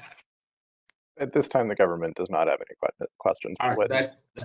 that's you, Mr. Safka. Okay, just to make sure that we keep the record for the court reporter. So Mr. Safka responded that the government does not have any questions. Any questions by the board members?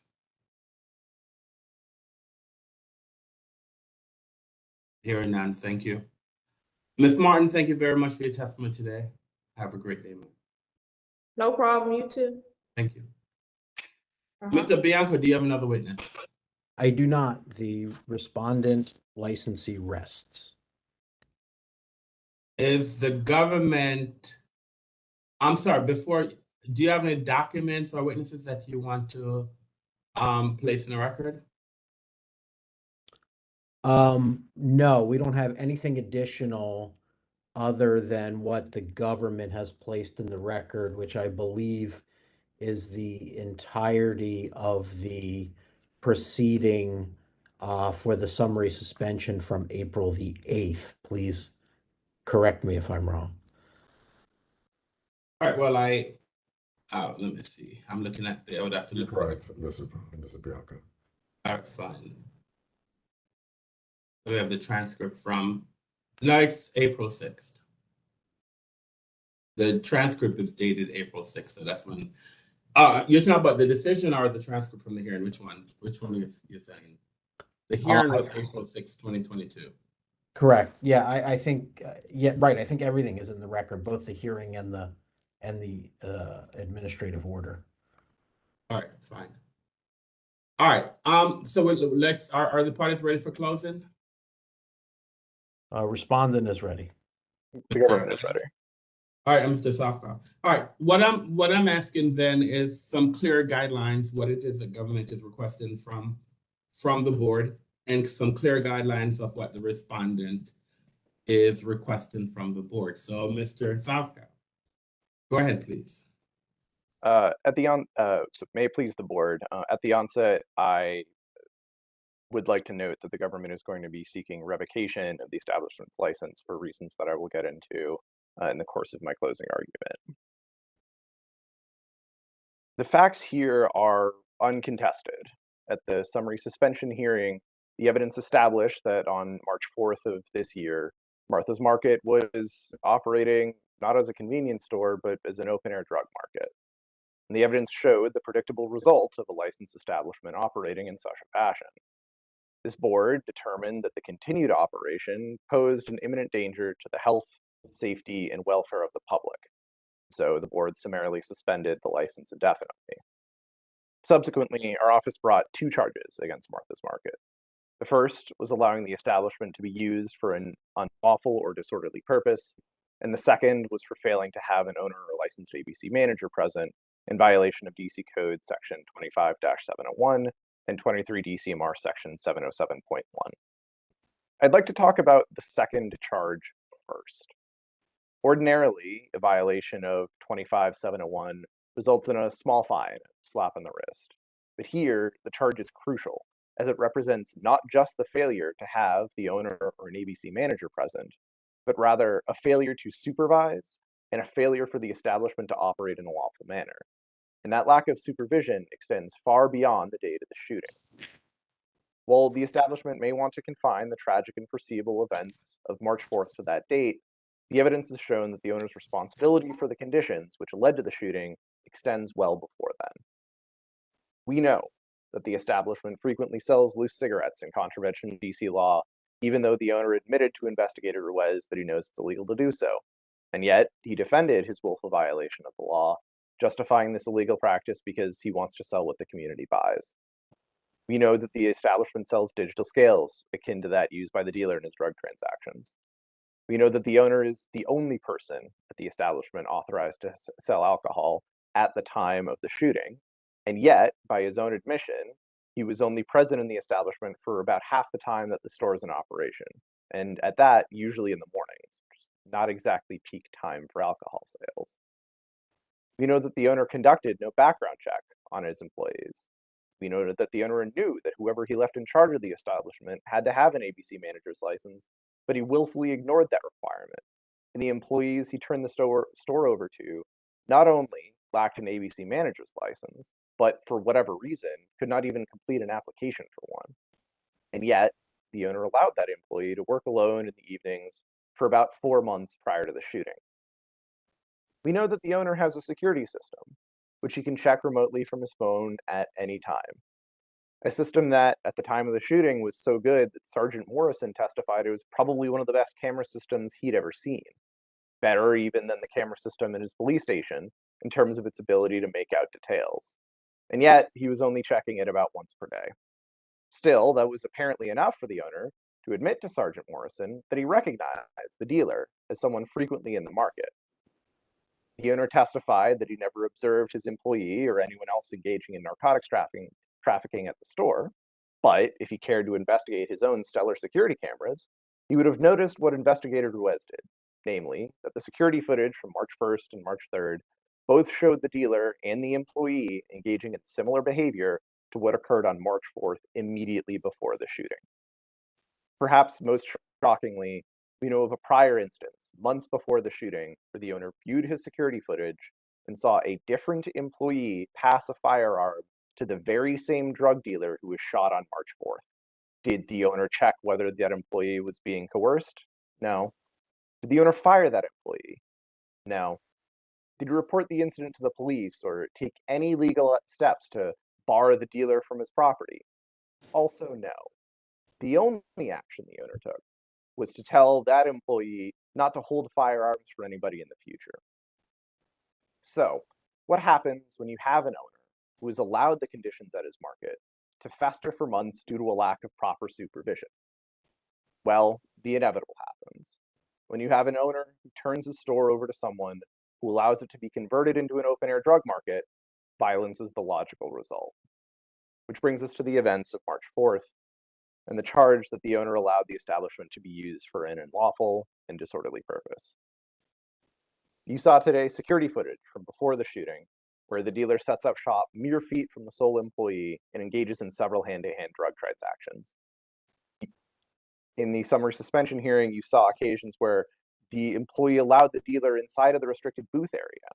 You saw the dealer place a black bag containing a handgun in a cubby inside the booth. You saw a robbery, where two armed individuals entered the store and, after a short struggle, fired several shots, one of which hit the drug dealer. You saw the employee pull the gun the dealer stored from the cubby and hold it while the robbery was occurring. And you saw that that employee hand off the gun to the dealer, who then raced out of the store in pursuit of his shooters. MPD responded shortly thereafter, and a search of Martha's Market uncovered a treasure trove of narcotics, including hundreds of pills of oxycodone, promethazine, marijuana, and other illicit materials. In that search, MPD also uncovered the handgun inside the booth. None of these materials can be legally sold by the establishment. The violence that you saw is shocking and egregious, but it could have been so much worse. Luckily, only one person was shot inside Martha's Market, despite the presence of several other patrons who had been in the store seconds prior. Luckily, the dealer did not take any shots himself at the fleeing robbers once he received a handgun from the employee. And luckily, the police were able to respond almost immediately and render medical aid to the stricken drug dealer. None of that was guaranteed. And the fact that these actions only resulted in one shooting casualty should not go ignored by the board in assessing the threat this establishment poses to the community. Now, much of this hearing today has been focused on the conduct of the owner, both before and after the events that took place on March 4th. What he did and did not know, and what he has and has not done to create the conditions that led to that violence, and his subsequent attempts to regain the board's trust with ameliorative measures. And opposing counsel at the summary suspension hearing stressed that his client was not involved in the drug sales and the shooting. But it is worth noting this action is not being taken against Mr. Fantaye, but rather against the license holder, Martha's Market. And so it does not matter that Mr. Fantaye was not present at the time of the robbery. The fact remains that the establishment was used for an unlawful and disorderly purpose when an employee allowed a dealer to sell drugs from the establishment and then handed the dealer a pistol during the robbery. So the only question remaining is what sort of penalty should the board impose for allowing the establishment to operate in this unlawful fashion? Given the flagrant and ongoing nature of the violations, the district believes revocation is necessary. Although revocation is an extreme measure, these are extreme facts. It is extreme for an owner to engage in months of neglectful supervision of his establishment. It is extreme for Martha's Market to become a drug market. It is extreme to have a robbery and a shooting occur because the establishment became a drug market. And it is extreme to have an employee keep a gun in safekeeping for a drug dealer and then hand that gun to the dealer so the dealer can attempt to engage in further violence. ABRA and the board cannot supervise every establishment at every point in time. As this board noted in their order affirming summary suspension, quote, "The essence of the district's licensing scheme is that the license holder can be trusted to comply with the law even when ABRA is not watching," end quote. And therein lies the fatal flaw of the establishment's entire defense. While the district is gladdened to see Martha's Market taking steps to reduce the likelihood of another March 4th, and while those steps may be working for now, fundamentally, all those remedial measures rely on ABRA being able to trust that the establishment will do as it says. Not just now, in the aftermath of a shooting which resulted in summary suspension, but weeks, months, and years down the line. The board cannot oversee the remedial measures that have been proposed by the establishment. In his testimony today, Mr. Fantai did not lay out any new measures apart from the measures that were discussed at the summary suspension hearing and that the board discussed in its order. On the issue of additional security cameras, those security cameras are outside of the establishment, which is hardly relevant to the proceedings considering that all of the dangerous things that were occurring were happening inside, and the quality of the security camera system was certainly not a problem in terms of evaluating the conduct that was occurring within. The addition of anti-loitering signs and the business performing background checks or creating new rules and policies and having better hiring measures going forward, while commendable, still fundamentally rely on the board trusting that this license holder is one who can be given the ability to maintain a license and operate it while abiding by the laws of the district. Even taking for granted the reduction of loitering outside the establishment, an alarm to deter outside loiterers does nothing when the issue is drug activity inside the store. And remedial actions taken while a license has been suspended do not speak strongly to the ability of the establishment to regain the board's trust. We know this establishment is willing to take actions to operate lawfully when under close scrutiny by the board. But we also know how the ownership operates when it does not think anybody is looking. When there were not consequences for an employee storing a gun, the establishment did nothing. When there were consequences for an employee storing a gun, only then did the establishment stir to action. The establishment has been able to operate without selling beer and wine for 4.5 months. And even if they cannot remain open, geography is no defense here.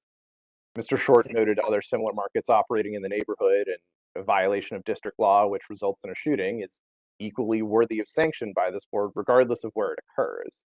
The safety of district residents should not and does not depend on whether there's a Harris Teeter on the block. Returning to the board's conclusions of law and its summary suspension order, the order describes the conditions to permit reopening as fundamentally flawed because it relies on the ownership's diligence in monitoring and reporting illegal conduct. The board held that, quote, under these circumstances, where the ownership was directly involved in a prior failure to contact the police and knowingly violated the law on previous occasions, the board simply cannot trust the respondent to comply with the law or any board-imposed conditions when left to his own devices, end quote. Therefore, revocation is necessary. It's necessary because the establishment's egregiously poor supervision and its wanton disregard for district law, which led to the predictable violence of March 4th. The board rightfully emphasized the importance of being able to trust an establishment with a license to sell alcohol. That trust has been violated, and the proposed remedial actions are insufficient to win it back. The district asks for revocation of the license. Thank you. Thank you, Mr. Self. Mr. Bianco. Yes, sir. Members of the board, Mr. Chair, good afternoon. I will likely be more brief in my closing remarks. The facts in this case, I don't think anybody disputes, are bad. There's no way around that. And as I mentioned at the outset, we're not hiding from it. The lack of institutional controls in place in March allowed this incident to occur. Now, I will say, as I mentioned at the outset, that the board considers all these facts, developed a comprehensive order, and determined in its discretion not to revoke this license. From the government's perspective, nothing in their case has changed. They're presenting the exact same case, in fact, without witnesses or additional evidence today, as they presented in April.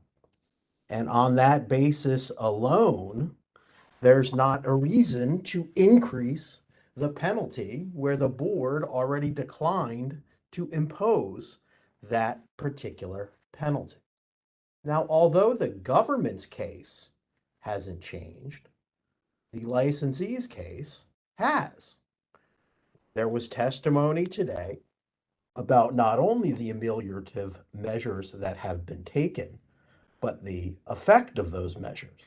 So the record, as it stands today, is more favorable to the licensee than it was on April 18th when the board imposed a suspension. As to the suspension, the establishment has already paid a very severe penalty for this transgression. And they've used the 138 days that the license has been suspended productively. In that time, Mr. Fentaye has reformed hiring practices by not only requiring employees to have a police clearance as a precondition, but also requiring new hires to have or obtain a current ABC manager's license, which I think is important because it not only requires the police clearance, but also alcohol awareness training, which is a key factor here. There's been much talk about this installation of a camera and the government's position that it is not helpful to the licensee's case in this matter. And Mr. Chair, you yourself asked about how that would be relevant. And I think Mr. Fontaine, perhaps inartfully, but tried to articulate how it is relevant, and we think it is. The government spent 2 solid minutes talking about how our client was asleep at the wheel, how my client was asleep at the wheel and did not check the video feed often enough. Based on that argument alone, it's of critical importance that my client, which is a one-man LLC, has an additional pair of eyes who care about the who care about the building and what happens to the building to monitor exactly who is coming and going from the premises. Not only that, in the summary suspension hearing, although it seems to be an issue that they have now abandoned, the government via MPD made much of the fact that there were people loitering outside of the building that required the police to pay additional attention. And the ameliorative measures taken, specifically this camera with an alarm on it, allowing either the licensee or the owner of the establishment to disperse the individuals that may be congregating outside, has proven effective. And you heard the testimony of both Mr. Fantaye and a disinterested witness and patron from the neighborhood to that fact. There are some considerations unrelated to my client's subsequent remedial measures that we'd like the board to take into account, and we had some testimony about. My client provides, in addition to just selling beer and wine, a service to the community. They are a true market. They derive most of their revenue from non-alcohol goods. And the testimony at the summary suspension hearing was that a sizable chunk, 25%, of their revenues were derived from beer and wine, while 75% from other items such as the grocery staples mentioned in Mr. Fantaye's testimony. As to Mr. Short's questions, they're not evidence. So notwithstanding his list of, I guess, from either his experience or a Google search, other establishments, there's no evidence of those. There's no evidence of what goods or food or items or anything else those establishments provide, if they're even open. So the last issue, and I'm sorry, and the government put on no evidence of that. So the last issue that I would like to address is something that the board has to deal with every single week that they're here. And you know better than any of us that in the past couple of years, you've been called on to decide issues involving violent incidents at licensed establishments more than I've ever experienced in my 22 years of practice in this area. And the thing that I have noticed most is that the board has taken a firm, perhaps very firm, but fair approach to these cases, allowing licensees like this one who do not have a long history of violation after violation after violation, the chance to reform any practices that the board finds lacking.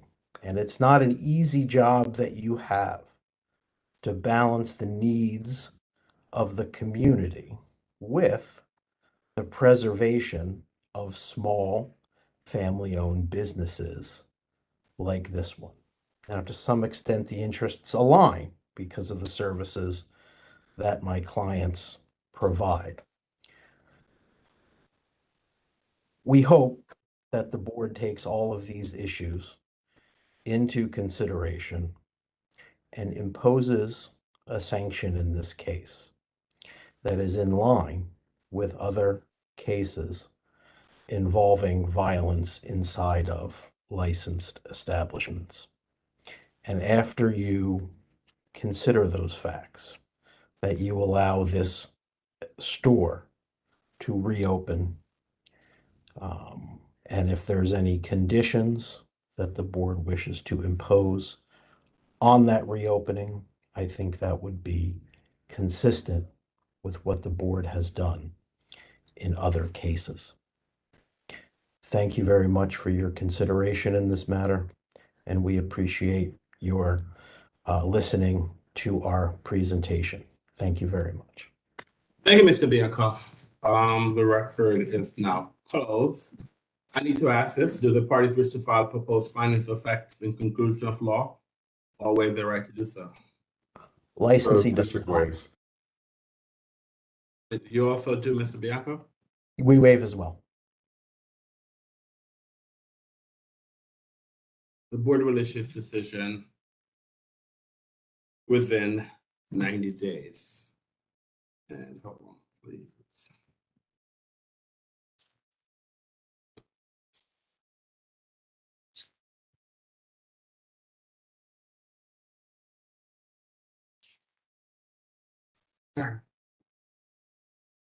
As chairperson of the Alcoholic Beverage Control Board for the District of Columbia, in accordance with DC Official Code Section 2575 of the Open Meetings Act, I move that ABC Board hold a closed meeting for the purpose of seeking legal advice from our counsel on case number 22-251-00006 Martha's Market, pursuant to DC Official Code Section 2575B4A of the Open Meetings Act, and deliberating upon case number 22-251-00006 Martha's Market for the reasons cited in DC Official Code Section 2575B13 of the Open Meetings Act. Is there a second? Mr. Short, I second. Mr. Short, I second the motion. We'll now take a roll call vote on the motion. Mr. Short. Short, I agree. Mr. Cato. Cato, I agree. Ms. Crockett. Rafi Crockett, I agree. Henson. Penny Hansen, I agree. Grandis. Edward Grandis, I agree. And Mr. Anderson, I agree. As it appears that the motion has passed, I hereby give notice that the ABC Board will recess this proceedings to hold a closed meeting pursuant to section 2575 of the Open Meetings Act. I want to thank both parties for their presentation today. And as I stated before, the board will issue a decision within 90 days. Thank you very much and have a great day. Thank you. Thank you. Thank you. Thank you. All right, let's go to the next case in our calendar is case number 22 PRO 00029 Pearl Dive Oyster Palace Blackjack, license number 85382. This case has been canceled due to submission of a settlement agreement for the board's review and approval. We're now at the end of our calendar. So now that we're at the end of our calendar, let us do our legal agenda for the day. Our legal agenda, the first matter on our legal agenda is a review of an offer in compromise in lieu of a hearing dated July 27th, 2022 for case number 2022 CIT 00048 Pop C Bar 1, license number 096627. The offer in compromise is as follows.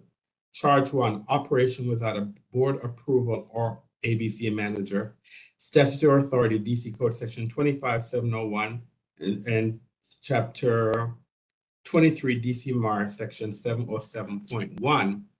The fine is a $250 fine to be paid within 120 days, or the license will be suspended until the fine has been paid.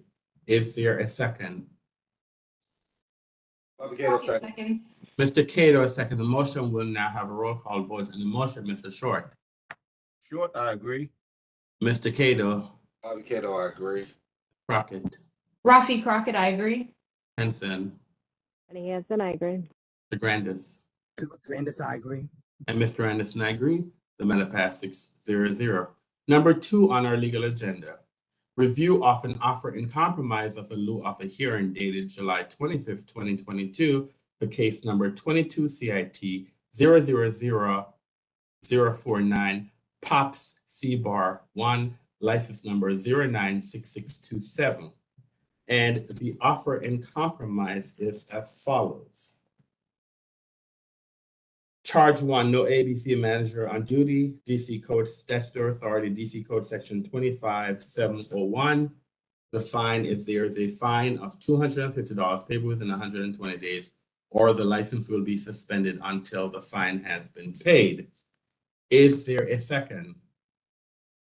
Ms. Crockett seconds. Ms. Crockett has seconded the motion. We'll now have a roll call vote. Mr. Short. Short, I agree. Mr. Cato.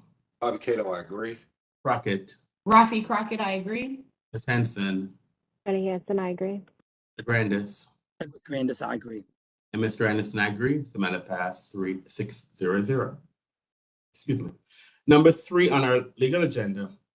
Review of an offer in compromise in lieu of a hearing dated August 2nd, 2022 for case number 22 CIT 00034 Cafe Citron, license number 060138.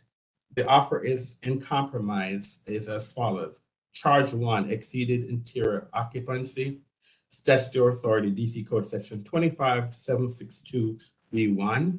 The fine is that there's a fine of $4,000 payable within 120 days, or the license shall be suspended indefinitely until the fine has been paid.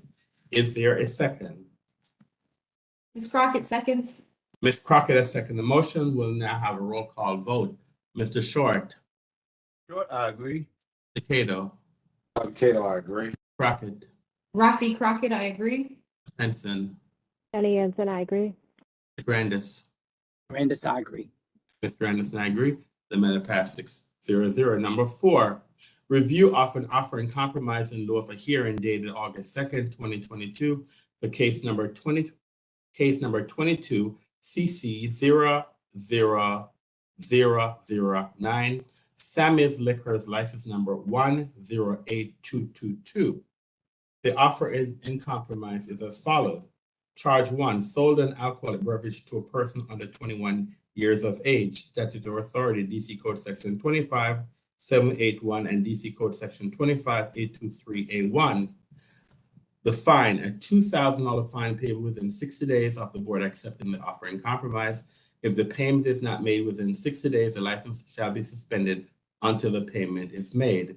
Number 2 of charge 1, suspension. The license shall be suspended for 5 days with all 5 days stayed for a year. Number 3 of charge 1 are the terms. All employees who serve alcoholic beverages in a licensed establishment complete an alcohol training program within 3 months from the date of the OIC. Charge 2, failure to take reasonable steps to ascertain legal drinking age. Statutory authority, DC Code Section 25783. A warning will be issued for charge 2.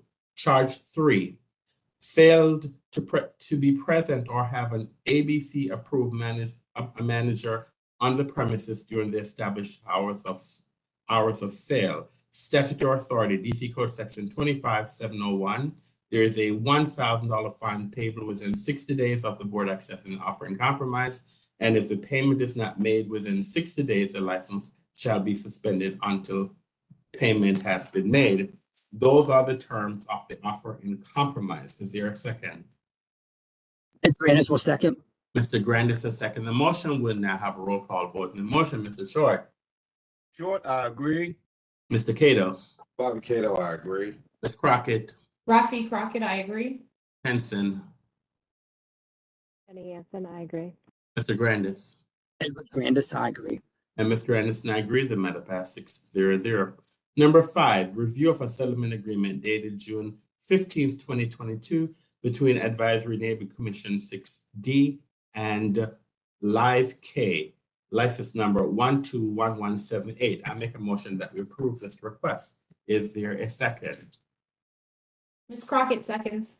Ms. Crockett has seconded the motion. We'll now have a roll call vote on the motion. Mr. Short. Short, I agree. Mr. Cato. Bobby Cato, I agree. Ms. Crockett. Rafi Crockett, I agree. Henson. Jenny Hansen, I agree. Mr. Grandis. Edward Grandis, I agree. Mr. Anderson, I agree. The matter passed 6-0. Number 6, review of a settlement agreement dated July 5th, 2022 between Advisory Neighborhood Commission 6E and 600T, license number 100515. I make a motion that we approve this request. Is there a second? Edward Grandis will second. Mr. Grandis has seconded the motion. We'll now have a roll call vote. Mr. Short. Short, I agree. Cato. Bobby Cato, I agree. Ms. Crockett. Rafi Crockett, I agree. Ms. Henson. Jenny Hansen, I agree. Mr. Grandis. Edward Grandis, I agree. And Mr. Anderson, I agree. The matter passed 6-0. Number 7, review of a settlement agreement dated July 15th, 2022 between Advisory Neighborhood Commission 2F and the Viceroy Washington, D.C. Dovetail BPM Hush, license number 079243. I make a motion that we approve of this agreement. Is there a second? Short, I second. Mr. Short has seconded the motion. We'll now have a roll call vote. Mr. Short. Short, I agree. Mr. Cato. Bobby Cato, I agree. Crockett. Rafi Crockett, I agree. Ms. Henson. Jenny Hansen, I agree. Grandis. Edward Grandis, I agree. And Mr. Anderson, I agree. The matter passed 6-0. Number 8, review of a settlement agreement dated July 23rd, 2022 between Advisory Neighborhood Commission 6C and Hoop Italia Pizza, license number 121435. I make a motion that we approve this request. Is there a second? Ms. Crockett seconds. Ms. Crockett has seconded the motion. We'll now have a roll call vote. Mr. Short. Short, I agree. Mr. Cato. Bobby Cato, I agree. Ms. Crockett. Rafi Crockett, I agree. Henson. Jenny Hansen, I agree. Mr. Grandis. Edward Grandis, I agree. Mr. Anderson, I agree. The matter passed 6-0. Number 9, review of a settlement agreement dated July 27th, 2022 between Advisory Neighborhood Commission 2F and Pearl Dive Oyster Palace Blackjack, license number 085382. I make a motion that we approve this request. Is there a second? Grandis will second. Mr. Grandis is second the motion. We'll now have a roll call vote. Mr. Short. Mr. Short, I agree. Mr. Cato. Bobby Cato, I agree. Crockett. Rafi Crockett, I agree. Henson. Jenny Hansen, I agree. Grandis. Grandis, I agree. Mr. Anderson, I agree. The matter passed 6-0. Number 10, review of a settlement agreement dated July 27th, 2022 between Advisory Neighborhood Commission 2F, 2E, the Citizen Association of Georgetown, and Georgetown Restaurant Group Trade LLC, trade name to be determined, license number 120570. I make a motion that we approve this request. Is there a second? Grandis will second. I'm sorry, Mr. Short and Mr. Grandis, I believe, have seconded the motion. We'll now have a roll call vote. Mr. Short. Short, I agree. Mr. Cato. Bobby Cato, I agree. Crockett. Rafi Crockett, I agree. Henson. Jenny Hansen, I agree. Mr. Grandis. Grandis, I agree. And Mr. Anderson, I agree. The matter passed 6-0. Number 11, review of applicant's request for a continuance of protest hearing, status hearing and protest hearing dated July 20th, 2022 in case number 22 PRO 00054 L Candle, license number 083707. I make a motion that we approve this request. Is there a second? Ms. Crockett seconds. Ms. Crockett has seconded the motion. We'll now have a roll call vote. Mr. Short. Short, I agree. Mr. Cato. Bobby Cato, I agree. Ms. Crockett. Rafi Crockett, I agree. Henson. Jenny Hansen, I agree. Mr. Grandis. Grandis, I agree. Mr. Anderson, I agree. The matter passed 6-0. Number 12, review of the government's consent motion for continuance of show cause hearing dated July 29th, 2022 in case number 22 CMP 00035 Mad Hatter, license number 082646. I make a motion that we approve this request. Is there a second? Ms. Crockett seconds. Ms. Crockett has seconded the motion. We'll now have a roll call vote. Mr. Short. Mr. Short, I agree. Mr. Cato. Bobby Cato, I agree. Ms. Crockett. Rafi Crockett, I agree. Ms. Henson. Jenny Hansen, I agree. Mr. Grandis. Grandis, I agree. And Mr. Anderson, I agree. The matter passed 6-0. Number 13, review of applicant's consent motion for continuance of protest hearing dated August 2nd, 2022 in case number 22 PRO 00037, The Springs, license number 120472. I make a motion that we approve this request. Is there a second?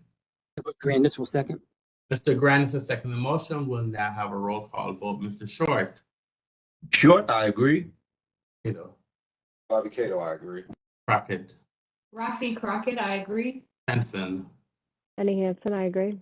Mr. Grandis. Grandis, I agree. Mr. Anderson, I agree. The matter passed 6-0. Number 14, review of joint motion to dismiss case number 21 CMP 00062, dated August 1st, 2022. This is an Empire Lounge, license number 082646. I make a motion that we approve this request. Is there a second? Ms. Crockett seconds. Ms. Crockett has seconded the motion. We'll now have a roll call vote. Mr. Short. Short, I agree. Mr. Cato. Bobby Cato, I agree. Ms. Crockett. Rafi Crockett, I agree. Henson. Jenny Hansen, I agree. Mr. Grandis. Grandis, I agree. And Mr. Anderson, I agree. The matter passed 6-0. Number 15, review of consent motion to reconsider and reinstate dismissed application dated August 1st, 2022. This is Foxtrot, license number 120198. I make a motion that we approve this request. Is there a second? Ms. Crockett seconds. Ms. Crockett and Mr. Cato second the motion. We'll now have a roll call vote. Mr. Short. Short, I agree. Mr. Cato. Bobby Cato, I agree. Crockett. Rafi Crockett, I agree. Henson. Jenny Hansen, I agree. Grandis. Grandis, I agree. And Mr. Anderson, I agree. The matter passed 6-0-0.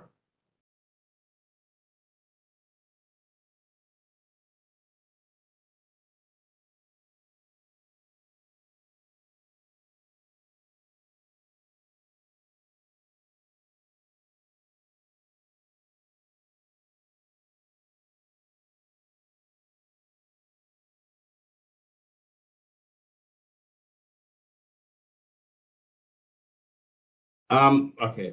The next one on my calendar is not dated. It says review. It's not the next one on our calendar is review of consent motion to reconsider and reinstate dismissed application dated August 1st, 2022. This is Foxtrot, license number 120197. I make a motion that we approve this request. Is there a second? Ms. Crockett seconds. Ms. Crockett has seconded the motion. We'll now have a roll call vote on the motion. Mr. Short. Short, I agree. Mr. Cato. Bobby Cato, I agree. Ms. Crockett. Rafi Crockett, I agree. Henson. Jenny Hansen, I agree. Grandis. Edward Grandis, I agree. And Mr. Anderson, I agree. The matter passed 6-0-0. The next matter on our agenda is review of a request to reinstate canceled license dated August 1st, 2022. The license was canceled on July 27th, 2022, pursuant to board order number 2022-515. This is Salt and Pepper license number 086790. Make a motion that we approve this request. Is there a second? Short, I second. Mr. Short, and I believe Mr. Grant is a second. The motion will now have a roll call vote. Mr. Short. Short, I agree. Mr. Cato. Bobby Cato, I agree. Crockett. Rafi Crockett, I agree. Henson. Jenny Hansen, I agree. Mr. Grandis. Yes, I agree. And Mr. Anderson, I agree. The matter passed 6-0-0. Give me 1 minute, please. 1 minute, please.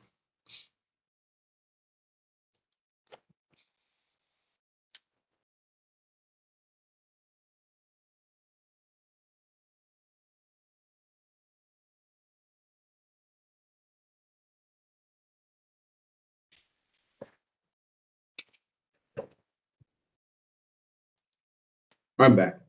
The next matter on our calendar, on our agenda, it's review of request to reinstate canceled license dated August 2nd, 2022. The license was canceled on July 27th, 2022, pursuant to board order number 2022-540. This is Liberté Annexe, ANNEXE, license number 109013. I make a motion that we approve this request. Is there a second? Ms. Crockett seconds. Ms. Crockett has seconded the motion. We'll now have a roll call vote. Mr. Short. Short, I agree. Mr. Cato. Bobby Cato, I agree. Ms. Crockett. Rafi Crockett, I agree. Ms. Henson. Jenny Hansen, I agree. Mr. Grandis. Edward Grandis, I agree. And Mr. Anderson, I agree. The matter passed 6-0-0. The next matter on this agenda is a review of an applicant's request to extend protest petition deadline dated June 27th, 2022. This is the Avenue license number 101007. I make a motion that we approve this request. Is there a second? Ms. Crockett seconds. Ms. Crockett has seconded the motion. We'll roll call vote. Mr. Short. Short, I agree. Mr. Cato. Bobby Cato, I agree. Ms. Crockett. Rafi Crockett, I agree. Ms. Henson. Jenny Hansen, I agree. Mr. Grandis. Edward Grandis, I agree. And Mr. Anderson, I agree. The matter passed 6-0-0. The next matter is review of request to reinstate dismissed protest dated July 31st, 2022. Application for a substantial change hours. This is DC Food Market, license number 106962. I make a motion that we deny this request. Is there a second? Short, I second. Mr. Short has seconded the motion. We'll now have a roll call vote. Mr. Short. Short, I agree. Mr. Cato. Bobby Cato, I agree. Ms. Crockett. Rafi Crockett, I agree. Ms. Henson. Jenny Hansen, I agree. Mr. Grandis. Edward Grandis, I agree. Mr. Anderson, I agree. The matter passed 6-0.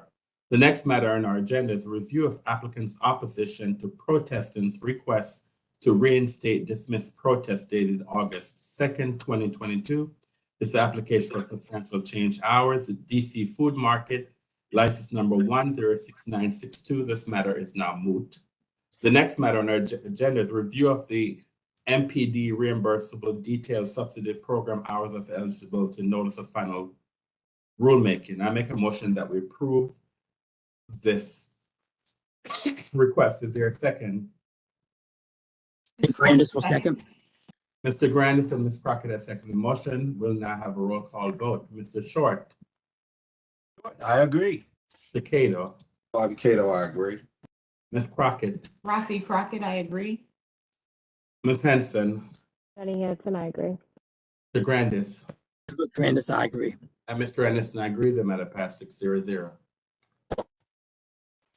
We now move to our licensing agenda. The first matter on our licensing agenda is review a request for a temporary operator retail permit. This is for Fancy Radish, license number 122155. I make a motion that we approve this request. Is there a second? Grandis will second. Mr. Grandis will second the motion. We'll now have a roll call vote. Mr. Short.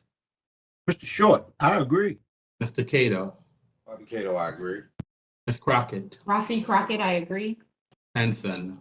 Jenny Hansen, I agree. Mr. Grandis. Grandis, I agree. And Mr. Anderson, I agree. The matter passed 6-0. Number 2, review application for class change from retailer Class A liquor store to retailer Class B beer and wine store. This is for Oasis Marinas, license number 120887. I make a motion that we approve this request. Is there a second? Grandis will second. Mr. Grandis will second the motion. We'll now have a roll call vote. Mr. Short. Short, I agree. Mr. Cato. Bobby Cato, I agree. Crockett. Rafi Crockett, I agree. Henson. Jenny Hansen, I agree. Grandis. Grandis, I agree. And Mr. Anderson, I agree. The matter passed 6-0. Number 3, review application for class change from retailer Class B Internet to retailers Class A Internet. This is for Vint, license number 118313. I make a motion that we placard this matter. Is there a second? Ms. Crockett seconds. Ms. Crockett and Mr. Grandis have seconded the motion. We'll now have a roll call vote. Mr. Short. Short, I agree. Mr. Cato. Bobby Cato, I agree. Ms. Crockett. Rafi Crockett, I agree. Ms. Henson. Jenny Hansen, I agree. Mr. Grandis. Grandis, I agree. And Mr. Anderson, I agree. The matter passed 6-0. Number 4, review application for entertainment endorsement to provide live entertainment inside the premises only. This is for District Kitchen Second Time, license number 115531. I make a motion that we placard this matter. Is there a second? Short, I second. Mr. Short, I second the motion. We'll now have a roll call vote. Mr. Short. Short, I agree. Mr. Cato. Bobby Cato, I agree. Crockett. Rafi Crockett, I agree. Henson. Jenny Hansen, I agree. Mr. Grandis.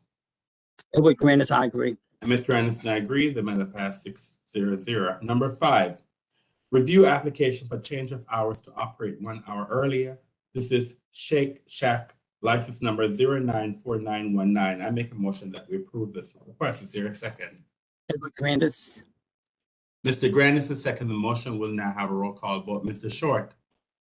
Short, I agree. Mr. Cato. Bobby Cato, I agree. Ms. Crockett. Rafi Crockett, I agree. Henson. Jenny Hansen, I agree.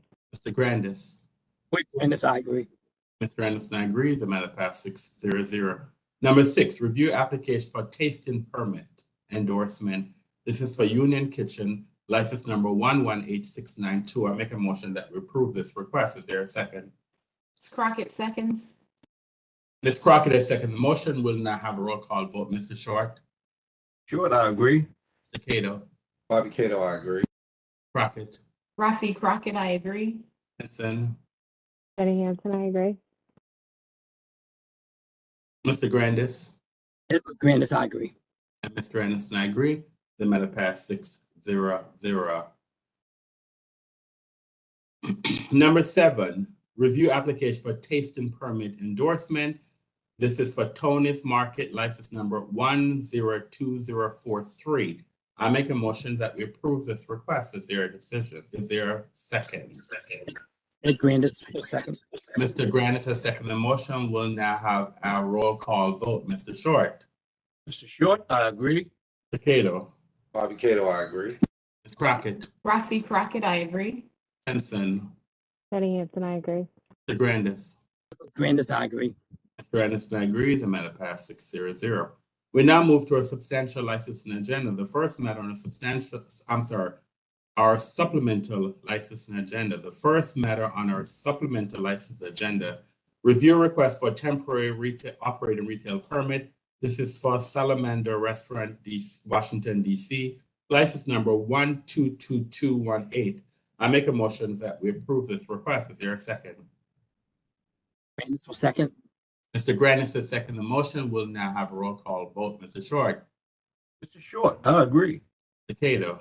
Bobby Cato, I agree. Crockett. Rafi Crockett, I agree. Ms. Henson. Jenny Hansen, I agree. Mr. Grandis. Grandis, I agree. Mr. Anderson, I agree. The matter passed 6-0. Number 2, review request for temporary operating retail permit. This is for Hampton Inn DC Convention Center, license number 122216. I make a motion that we approve this request. Is there a second? Ms. Crockett seconds. Ms. Crockett has seconded the motion. We'll now have roll call vote. Mr. Short. Short, I agree. Mr. Cato. Bobby Cato, I agree. Ms. Crockett. Rafi Crockett, I agree. Ms. Henson. Jenny Hansen, I agree. Mr. Grandis. Grandis, I agree. Mr. Anderson, I agree. The matter passed 6-0. Number 3, review request for temporary operating retail permit. This is for Embassy Suites Hotel, license number 122220. I make a motion that we approve this request. Is there a second? Short, I second. Mr. Short has seconded the motion. We'll now have a roll call vote. Mr. Short. Short, I agree. Mr. Cato. Bobby Cato, I agree. Crockett. Rafi Crockett, I agree. Ms. Henson. Jenny Hansen, I agree. Mr. Grandis. Grandis, I agree. And Mr. Anderson, I agree. The matter passed 6-0. Number 4, review request for temporary operating retail permit for Embassy Suites Hotel, license number 122222. I make a motion that we approve this request. Is there a second? Short, I second. Mr. Short has seconded the motion. We'll now have a roll call vote. Mr. Short. Short, I agree. Mr. Cato. Bobby Cato, I agree. Crockett. Rafi Crockett, I agree. Ms. Henson. Jenny Hansen, I agree. Grandis. Grandis, I agree. And Mr. Anderson, I agree. The matter passed 6-0. Number 5, review application for safekeeping of license. This is for Circle Bistro, license number 060309. I make a motion that we approve this request through March 31st, 2023. Is there a second? Ms. Crockett seconds. Ms. Crockett has seconded the motion. We'll now have a roll call vote on the motion. Mr. Short. Mr. Short, I agree. Mr. Cato. Bobby Cato, I agree. Ms. Crockett. Rafi Crockett, I agree. Ms. Henson. Jenny Hansen, I agree. Mr. Grandis. Grandis, I agree. Mr. Anderson, I agree. The matter passed 6-0. We now move to the board's temporary one-day and one-day substantial change docket. There are 6 applicants on this docket. I'll give the name of the licensee, the request, the date of the request, the license number, and the attendees. At the end of the list, I'll ask that the ABC board approve these licenses. So the first request, a request from Tanya Slaughter for a one-day license class F. This is for birthday party. This is on August 6, 2022. The license number is 122161. 380 attendees, 8 security guards.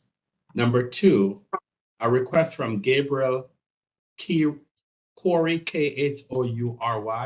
a one-day license class G. This is for rehearsal dinner. This is on September 3rd, 2022.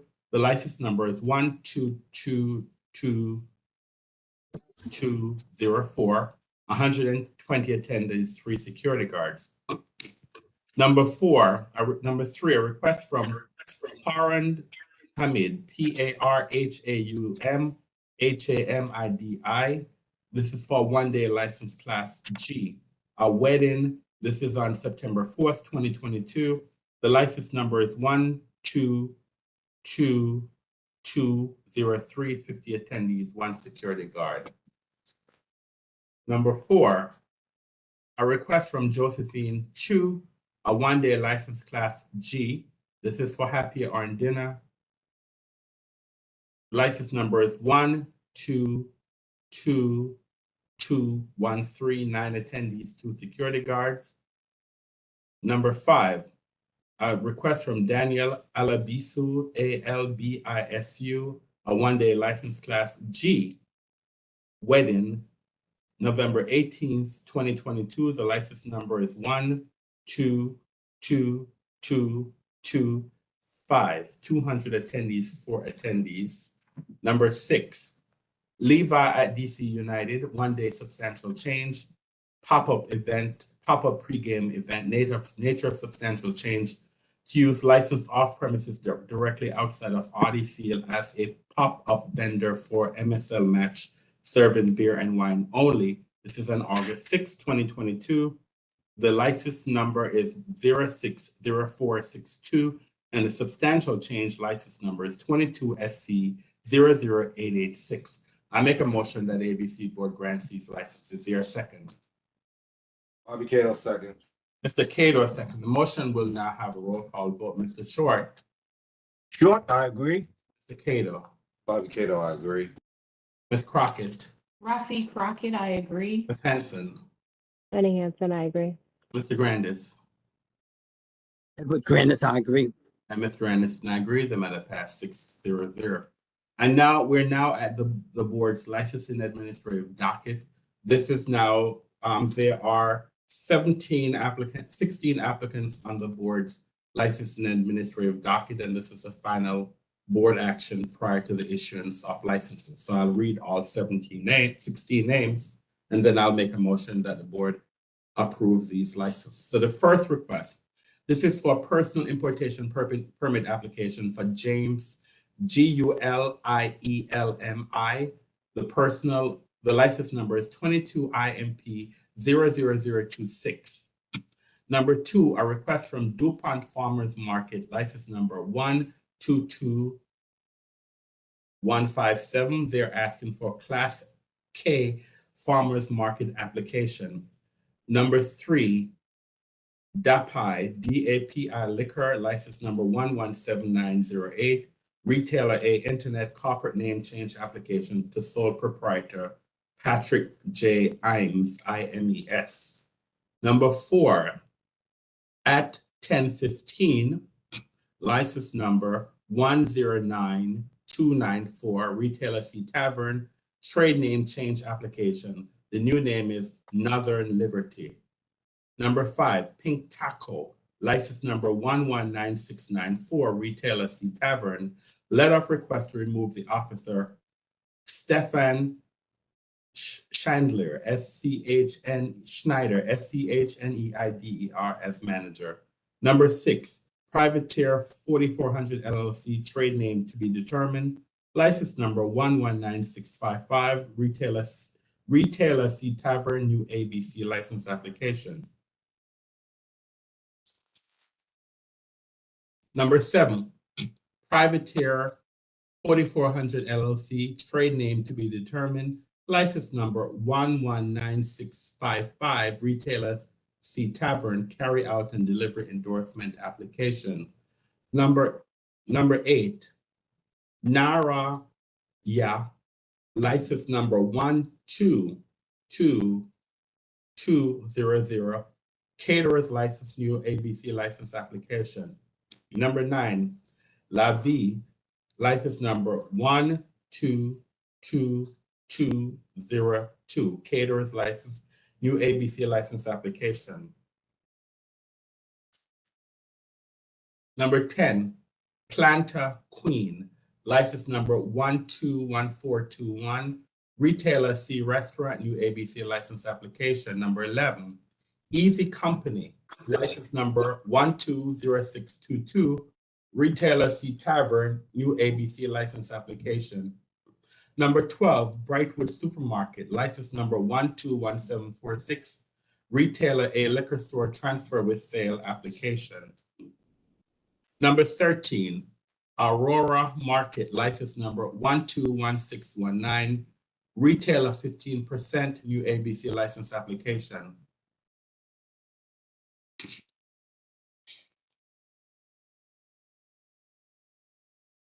Number 14, Congress Market, license number 122081, Retailer B, Transfer without sale application. Number 15, Boys, BROZ Dynasty, license number 122135, Retailer C Tavern, letter of request for temporary operator retail permit.